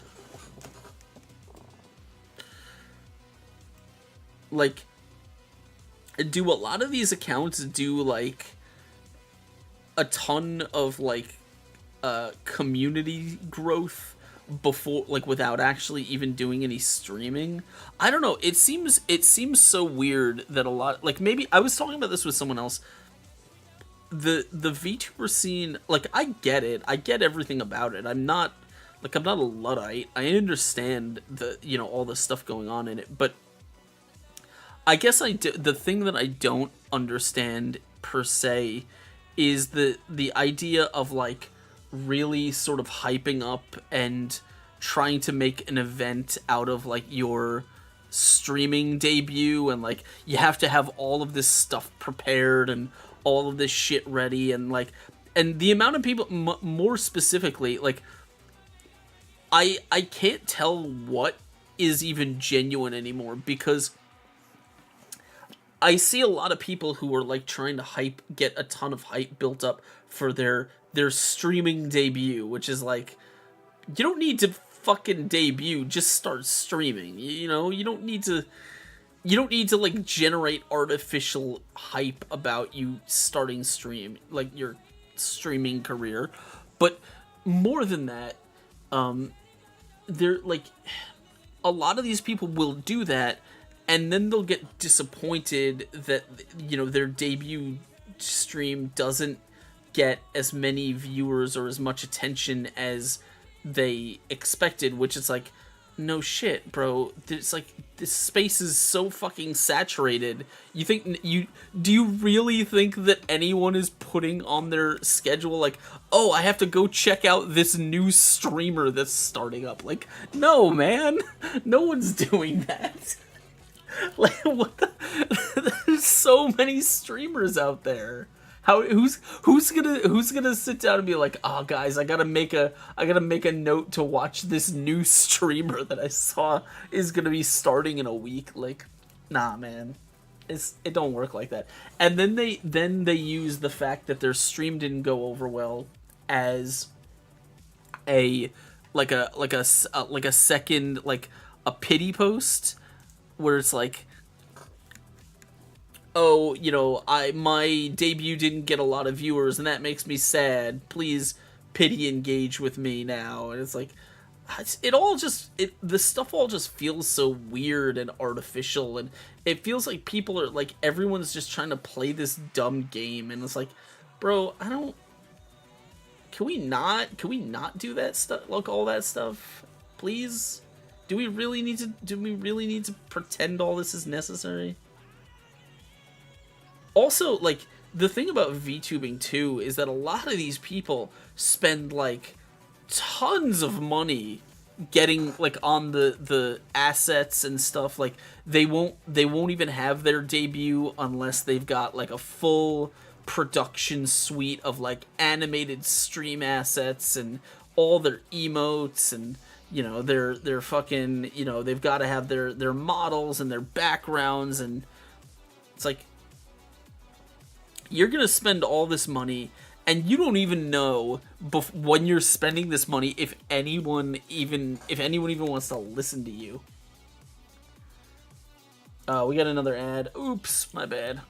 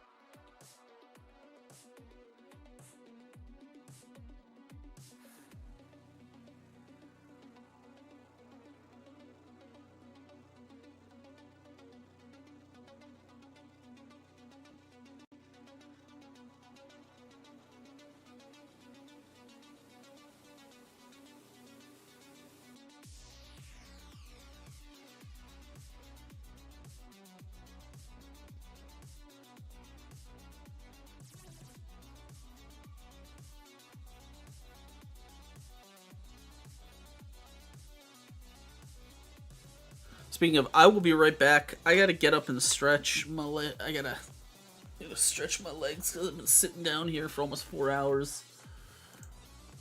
So, I will be right back, guys.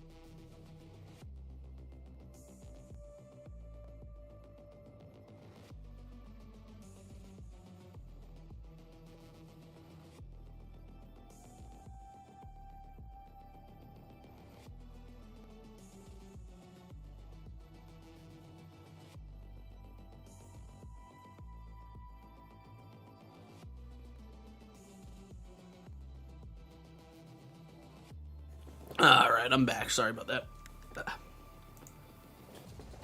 I didn't get up much stretch.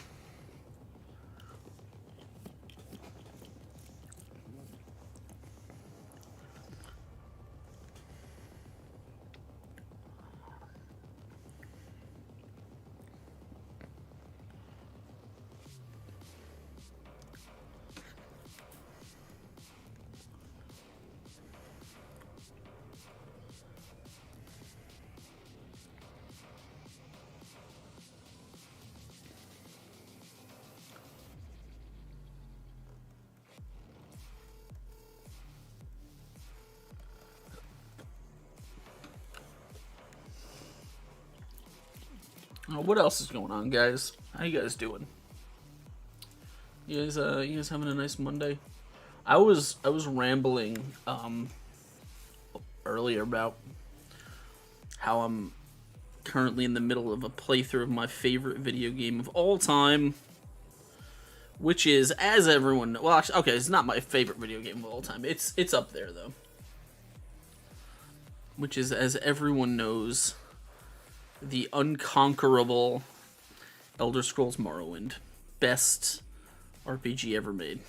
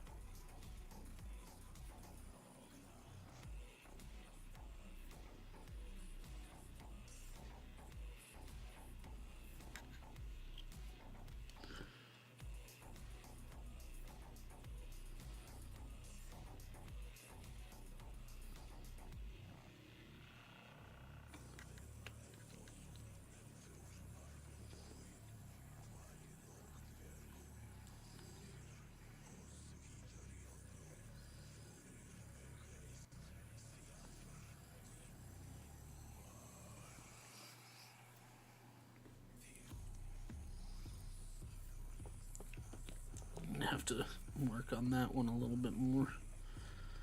I'm gonna have to work on that a little bit more.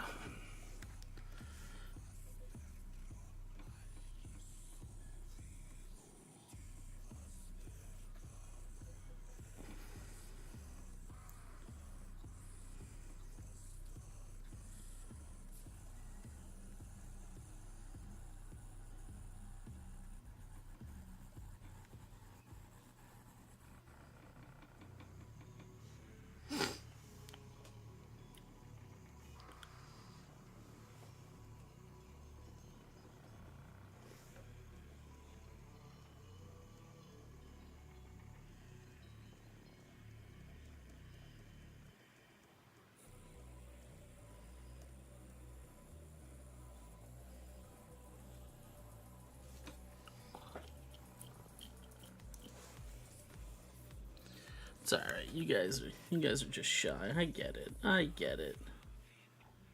I get it. It's okay.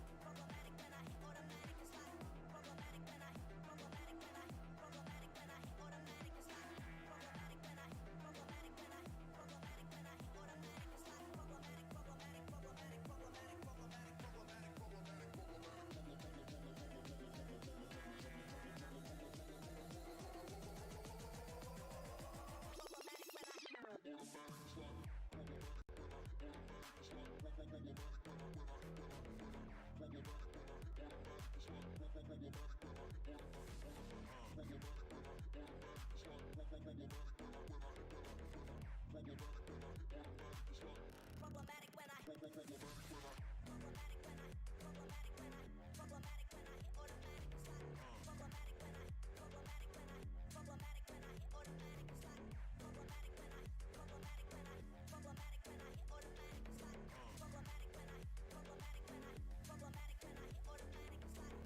girls, lights, camera, showtime.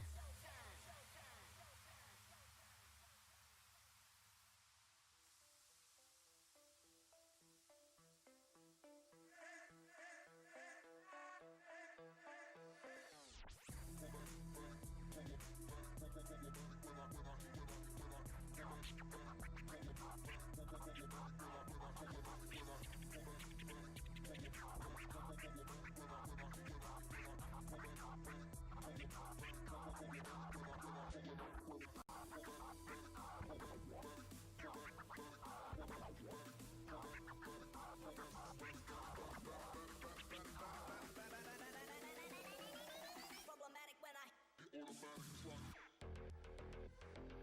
hit automatic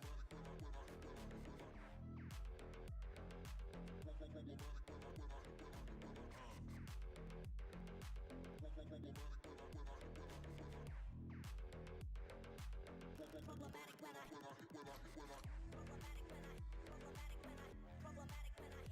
problematic when I hit automatic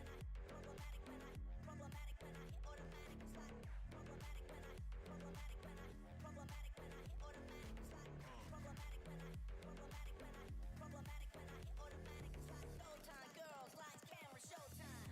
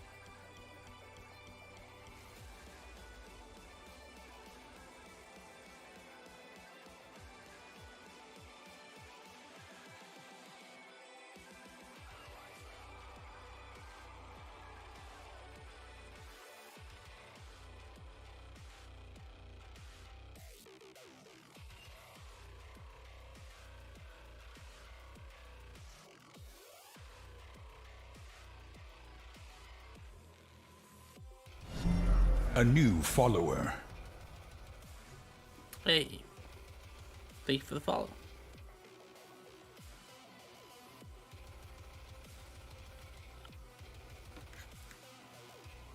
Welcome on in. Thank you for the follow.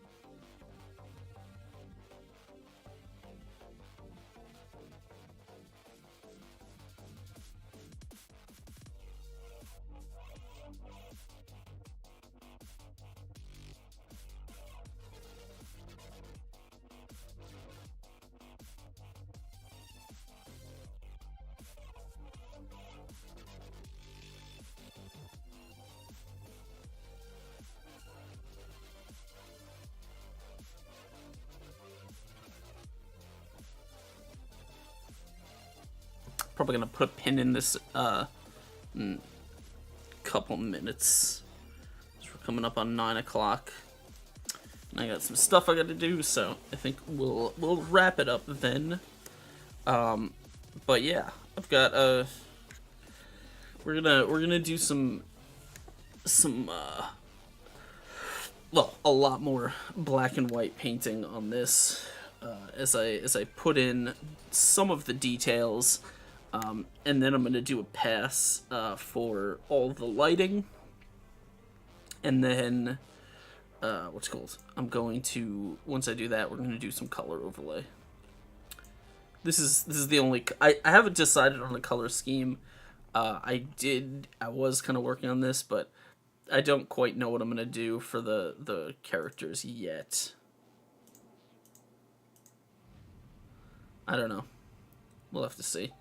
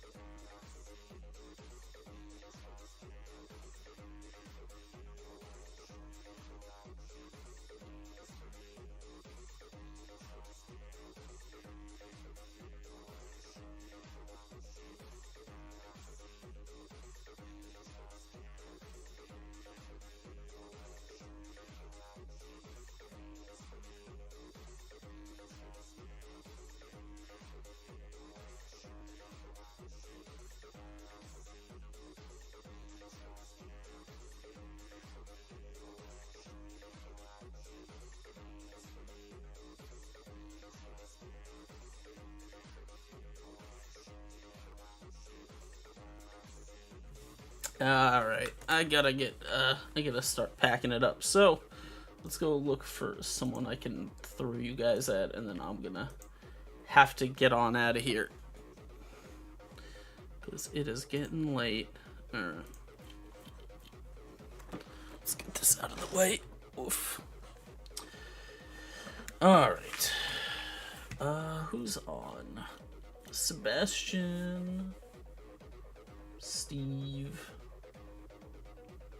Steve's kind of doing his thing.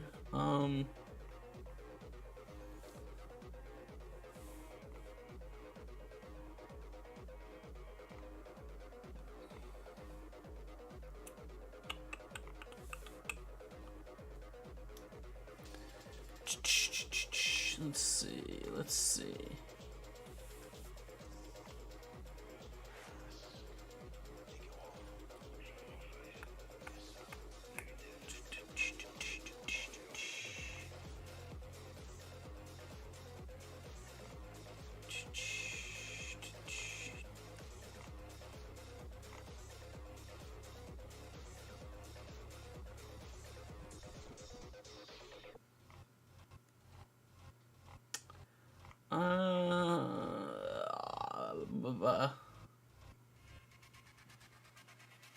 You know what?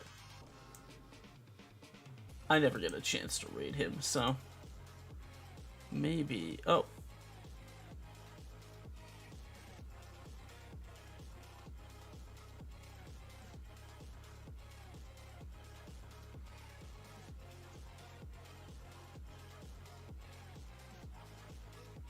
Oh no! Oh god. No, guys. Fuck. Wait, no, I can't go off now. No! No! No, guys, everyone pretend you don't know Steve's coming. Everyone pretend you don't know Steve's coming. I literally clicked on Steve's channel to see if I could raid him, and then all of a sudden the thing popped up. Oh god. Well, shit. Now I'm stuck here. Now I'm stuck here for at least another hour.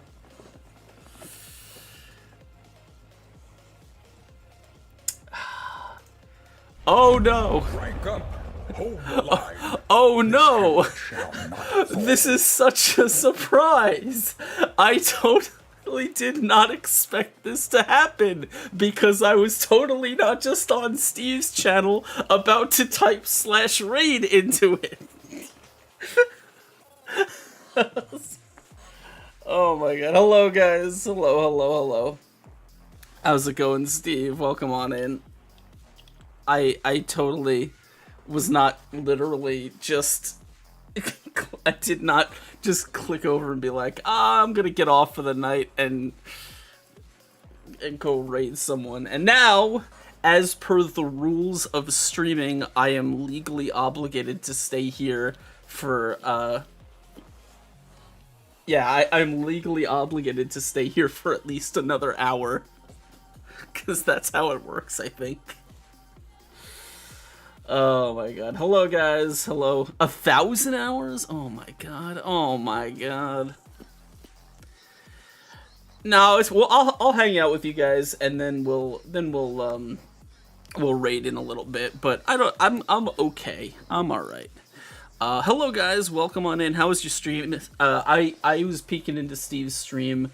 I saw the piece. The ink piece is looking fantastic. Very, very cool. I hope you finish in time. If we've never met before, guys, hello, hi, my name is Askren. I'm a fantasy artist. I make art for tabletop games and stuff. I am currently sort of in between major projects, so I'm working. Also, my stream is lagging. I'm gonna close that.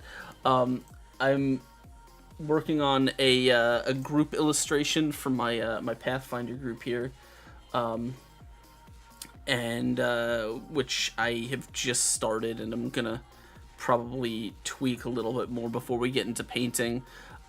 This is the last thing that I finished, which was a print that I brought to ReaperCon, which we did on stream.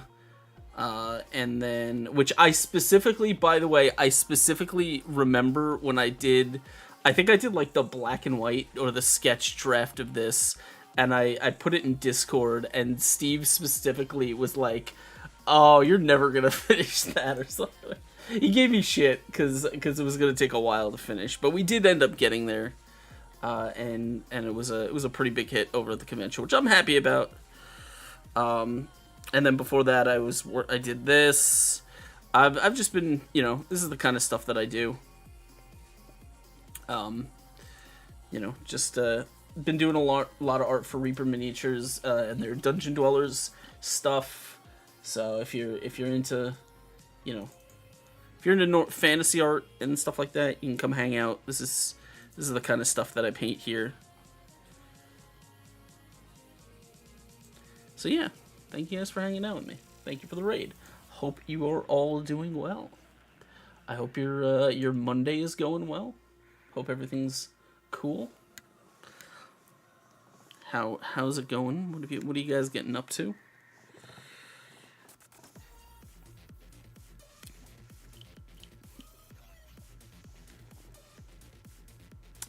It is. I know it is quite late, so feel free to lurk about. I'm gonna do a little bit more painting, and then we'll hang out for a minute, and then we'll probably go raid someone else, because it is like 9 o'clock and I do have to take care of stuff eventually. I do have things that I must do. No, it's okay. I'll hang out and see if we can chat if people want to hang out and shoot this shit for a while. If people are gonna lurk, that's okay too. Look, I gotta get in. I used to do at least 6 hours sessions, and then I've kind of stopped, and so I gotta discipline myself and do longer work sessions.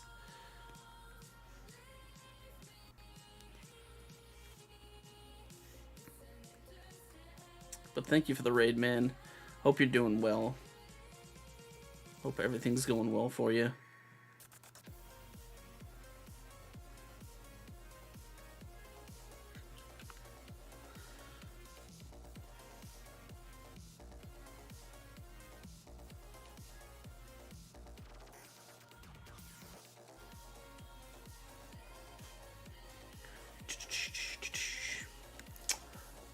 the thing about streaming is that no one knows that I'm watching TV on my other monitor because it's muted in my audio mix.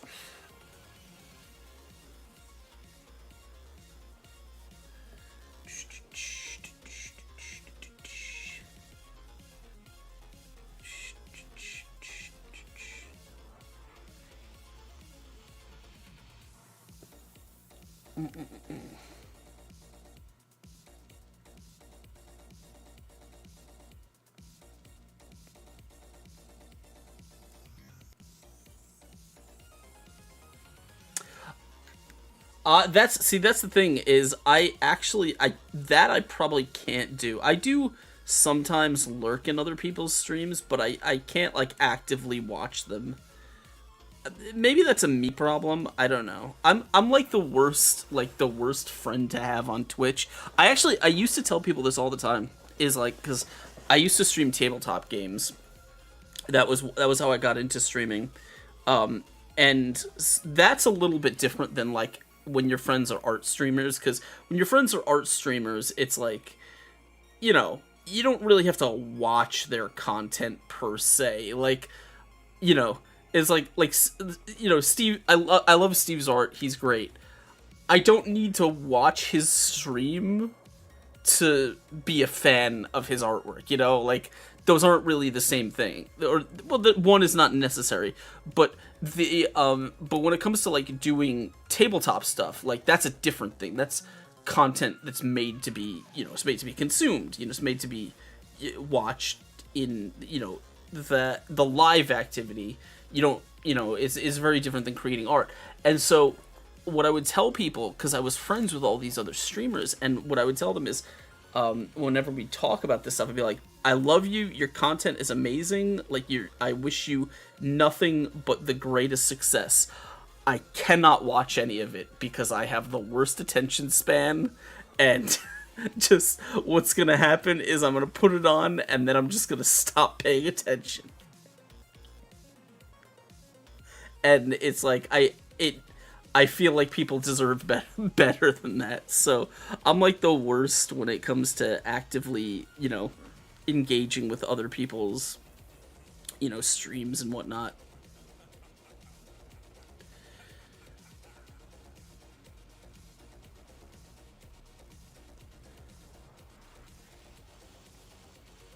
And also I think there's a big debate that's going on right now with people on Twitch about like whether Twitch is too heavy-handed about how they count viewers and lurkers and stuff like that. I actually posted this on Twitter. Okay, so if you guys aren't aware, Twitch has some very weird rules, and they seem to their standard for it seems to change fairly regularly, but they've been pretty aggressive in pruning like anyone who is, because this is all for ad money, because if you're not actively on the browser tab, you're not earning them ad hits, and they want to discourage that as much as possible. And so Twitch has been punishing streamers for viewers who want to be sort of second, like keep the stream open but not necessarily be looking at it, which I think is stupid. I don't know why Twitch wants to punish the streamers for that, but it is a thing they've been doing, and so they'll like actively prune people out of your viewer numbers or your live viewer list or whatever if that person is not active in your chat, which is why, by the way, if a stream goes offline, when it comes back online, it has so few less viewers, or so many less viewers, because it's now considering most of those people who are probably in another tab as like not active.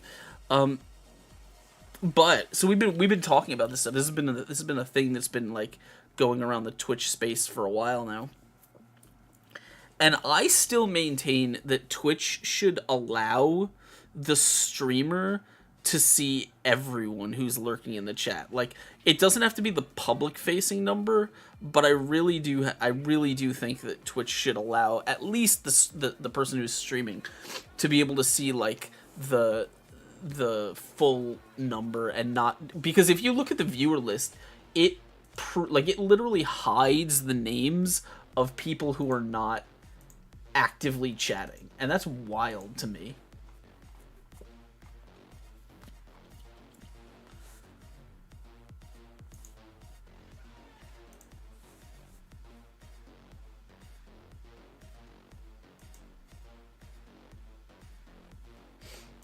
But I don't know. That's the thing that we've been talking about, you know, in the space, I suppose. I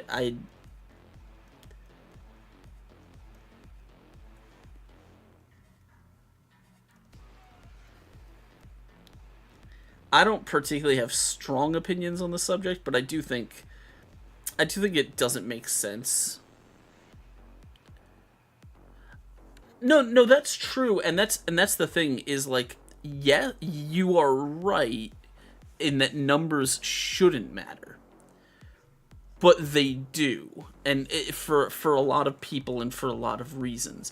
Like, I don't particularly care about the number of people that are watching my stream because I don't make money off Twitch. I don't, you know, my content is not dependent on the number of viewers. Like, I'm just gonna be here drawing. That's not, you know, I don't need a large audience to do that. But for a lot of people who are trying to make a go of it, like, there are people who are not me you know, who probably get very discouraged at the fact that, like, they look at their, you know, their metrics, and Twitch is telling them, hey, no one's watching your stream, and that may not be true, right? And that can be very discouraging if streaming is a thing that you're trying to do.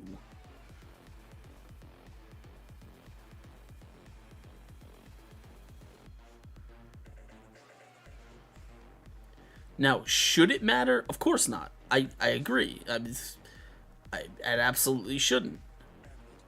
But we are not all so, you know, so enlightened. I used to talk about this back when I was doing tabletop stuff. The fact that I was actively looking at my metrics both on stream and on social media and stuff, like, that was one of the reasons that I ended up burning out, was because it just, that stuff just got to me. Like, it, when, you know, when it wasn't going up, it wasn't continuously going up, and it felt like things were going wrong, you know, weren't trending in the right direction. It, you know, it fucking hurt. It took a lot out of me. It, like, that stuff unfortunately has the ability to act, like, to ruin your whole day, or to dictate your mood, like how you feel about yourself. You know, imagine you're a content creator, you know, and you're trying to make a go of it, right? And you work really, really hard on something, and you put it out there, and the algorithm just flops it completely, and no one cares, like, no one sees it, you know.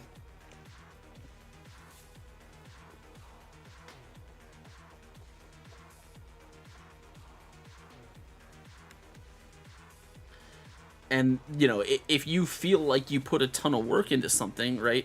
And art is the same way. Like, I know a lot of artists get super discouraged on social media because, you know, they work really hard on something, and it's like, it just doesn't go, like, they don't know how to make anyone see it. You know, I don't either. Dude, I had one post go a tiny bit viral on social media. It wasn't really viral. It was, it got the most likes that I've ever gotten on anything, and the only reason that happened was because I ironically, like I put an ironic thing about, like, hey, I hope, you know, like, some people see this, like, when I posted it. Like, That's it. That's the only, I mean, because I essentially was like ironically begging for people's attention. That's the only reason that anyone shared it, and that's the only reason it was even seen by anyone. Which is such a weird meta to me. Like, I don't understand that system at all. But what it does, I feel like, is like now it's creating this sort of atmosphere of disingenuity, right? Where people feel like they have to be in this sort of ironic, like, e-begging kind of role, like where they have to like post their picture and be like, please, I'm such a, like, I'm a little artist and no one ever sees my work, so if you would share it, that'd be really nice. Like, it's stupid, but it also seems to be the meta right now. I don't fucking know, dude. Social media sucks. I hate it.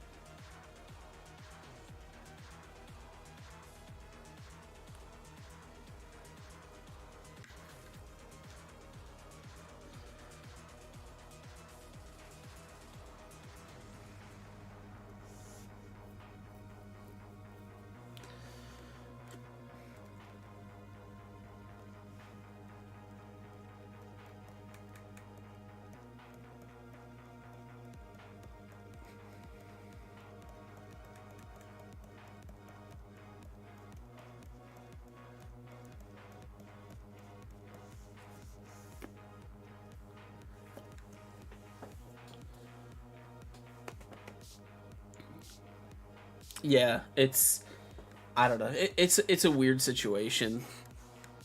It is. It's just, the internet's getting weirder. You know, it's getting harder and harder out there.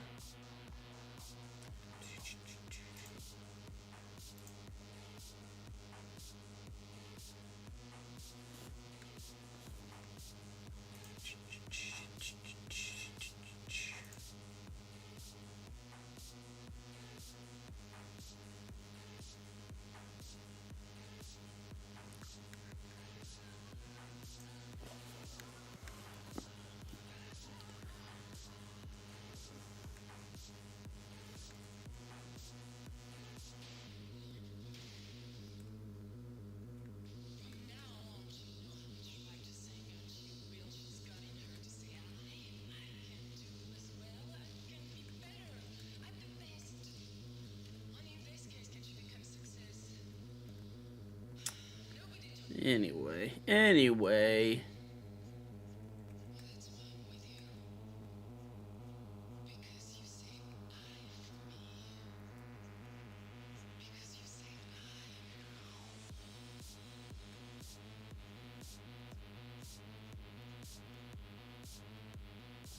You. Oh, now, okay, now he shows up. What the fuck? What the fuck? What the fuck? He's too busy, guys. He was too busy playing video games, alright? He was too busy to answer my stupid questions.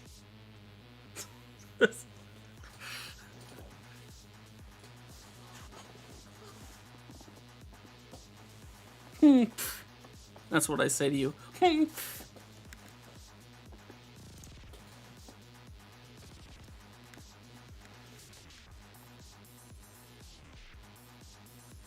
That's all good, man. It's fine.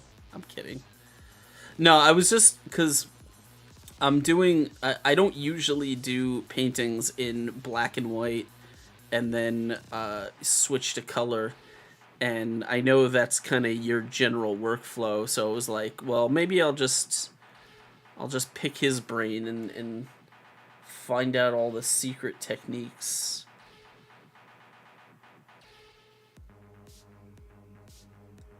That way I can actually be successful.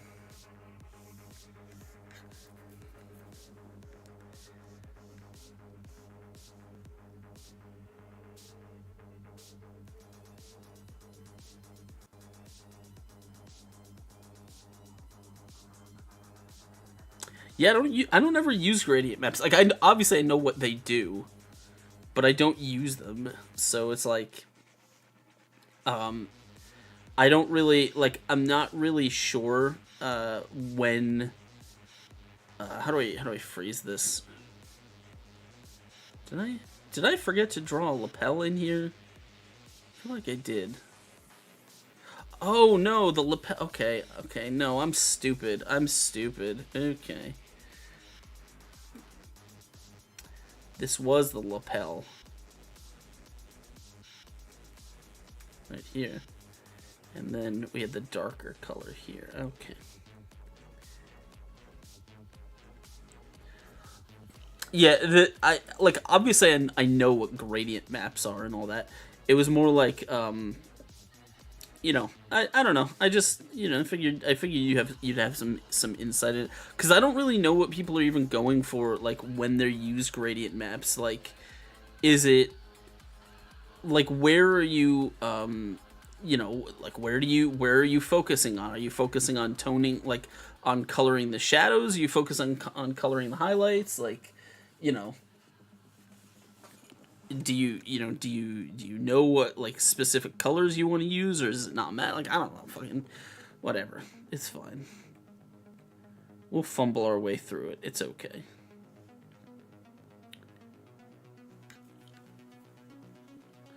Because when I paint, I just use a flat color, and then I just kind of just kind of go for it, like painting on top of it, you know.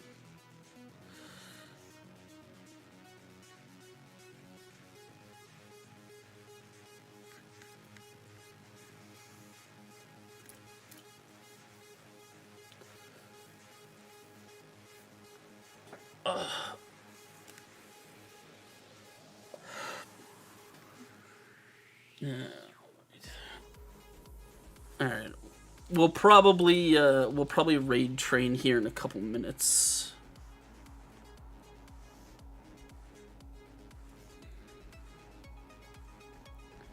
So that means now I gotta find someone else to raid. I gotta find someone else.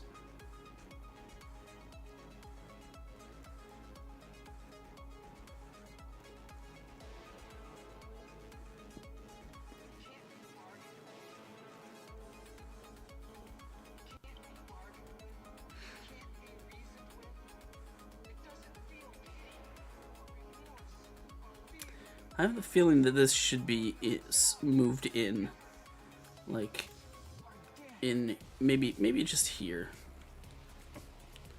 You know, maybe just like this, right?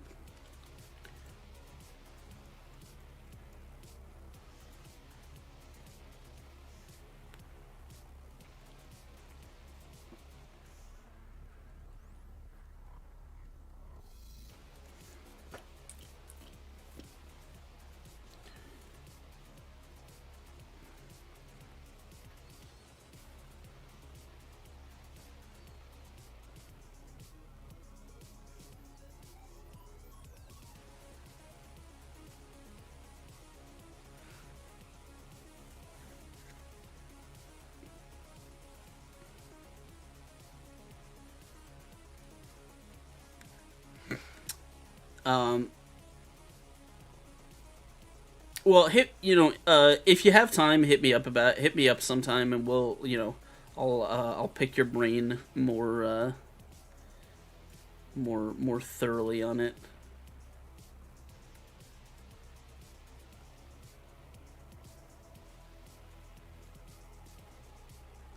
I want to learn how to be better.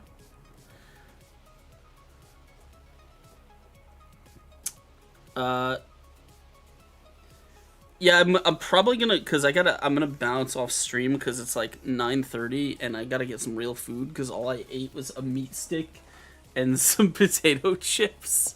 So I gotta go get some food. But maybe if you're still on, maybe we'll chat later. We'll see.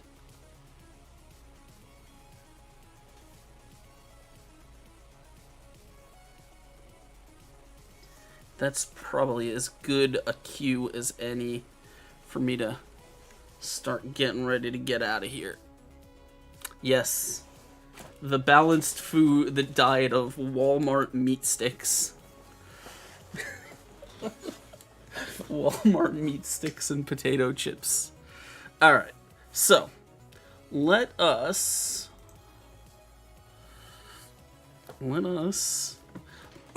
shove this out of the way. And let's go looking for someone to raid. Let's go looking for someone that we can raid. Because I am starving.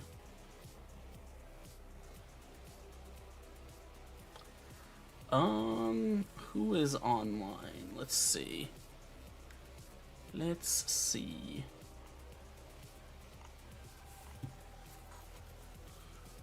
Not a lot of people. We'll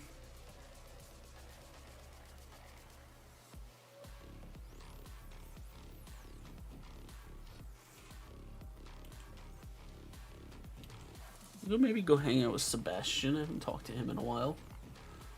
Unless there's someone new that's doing something cool.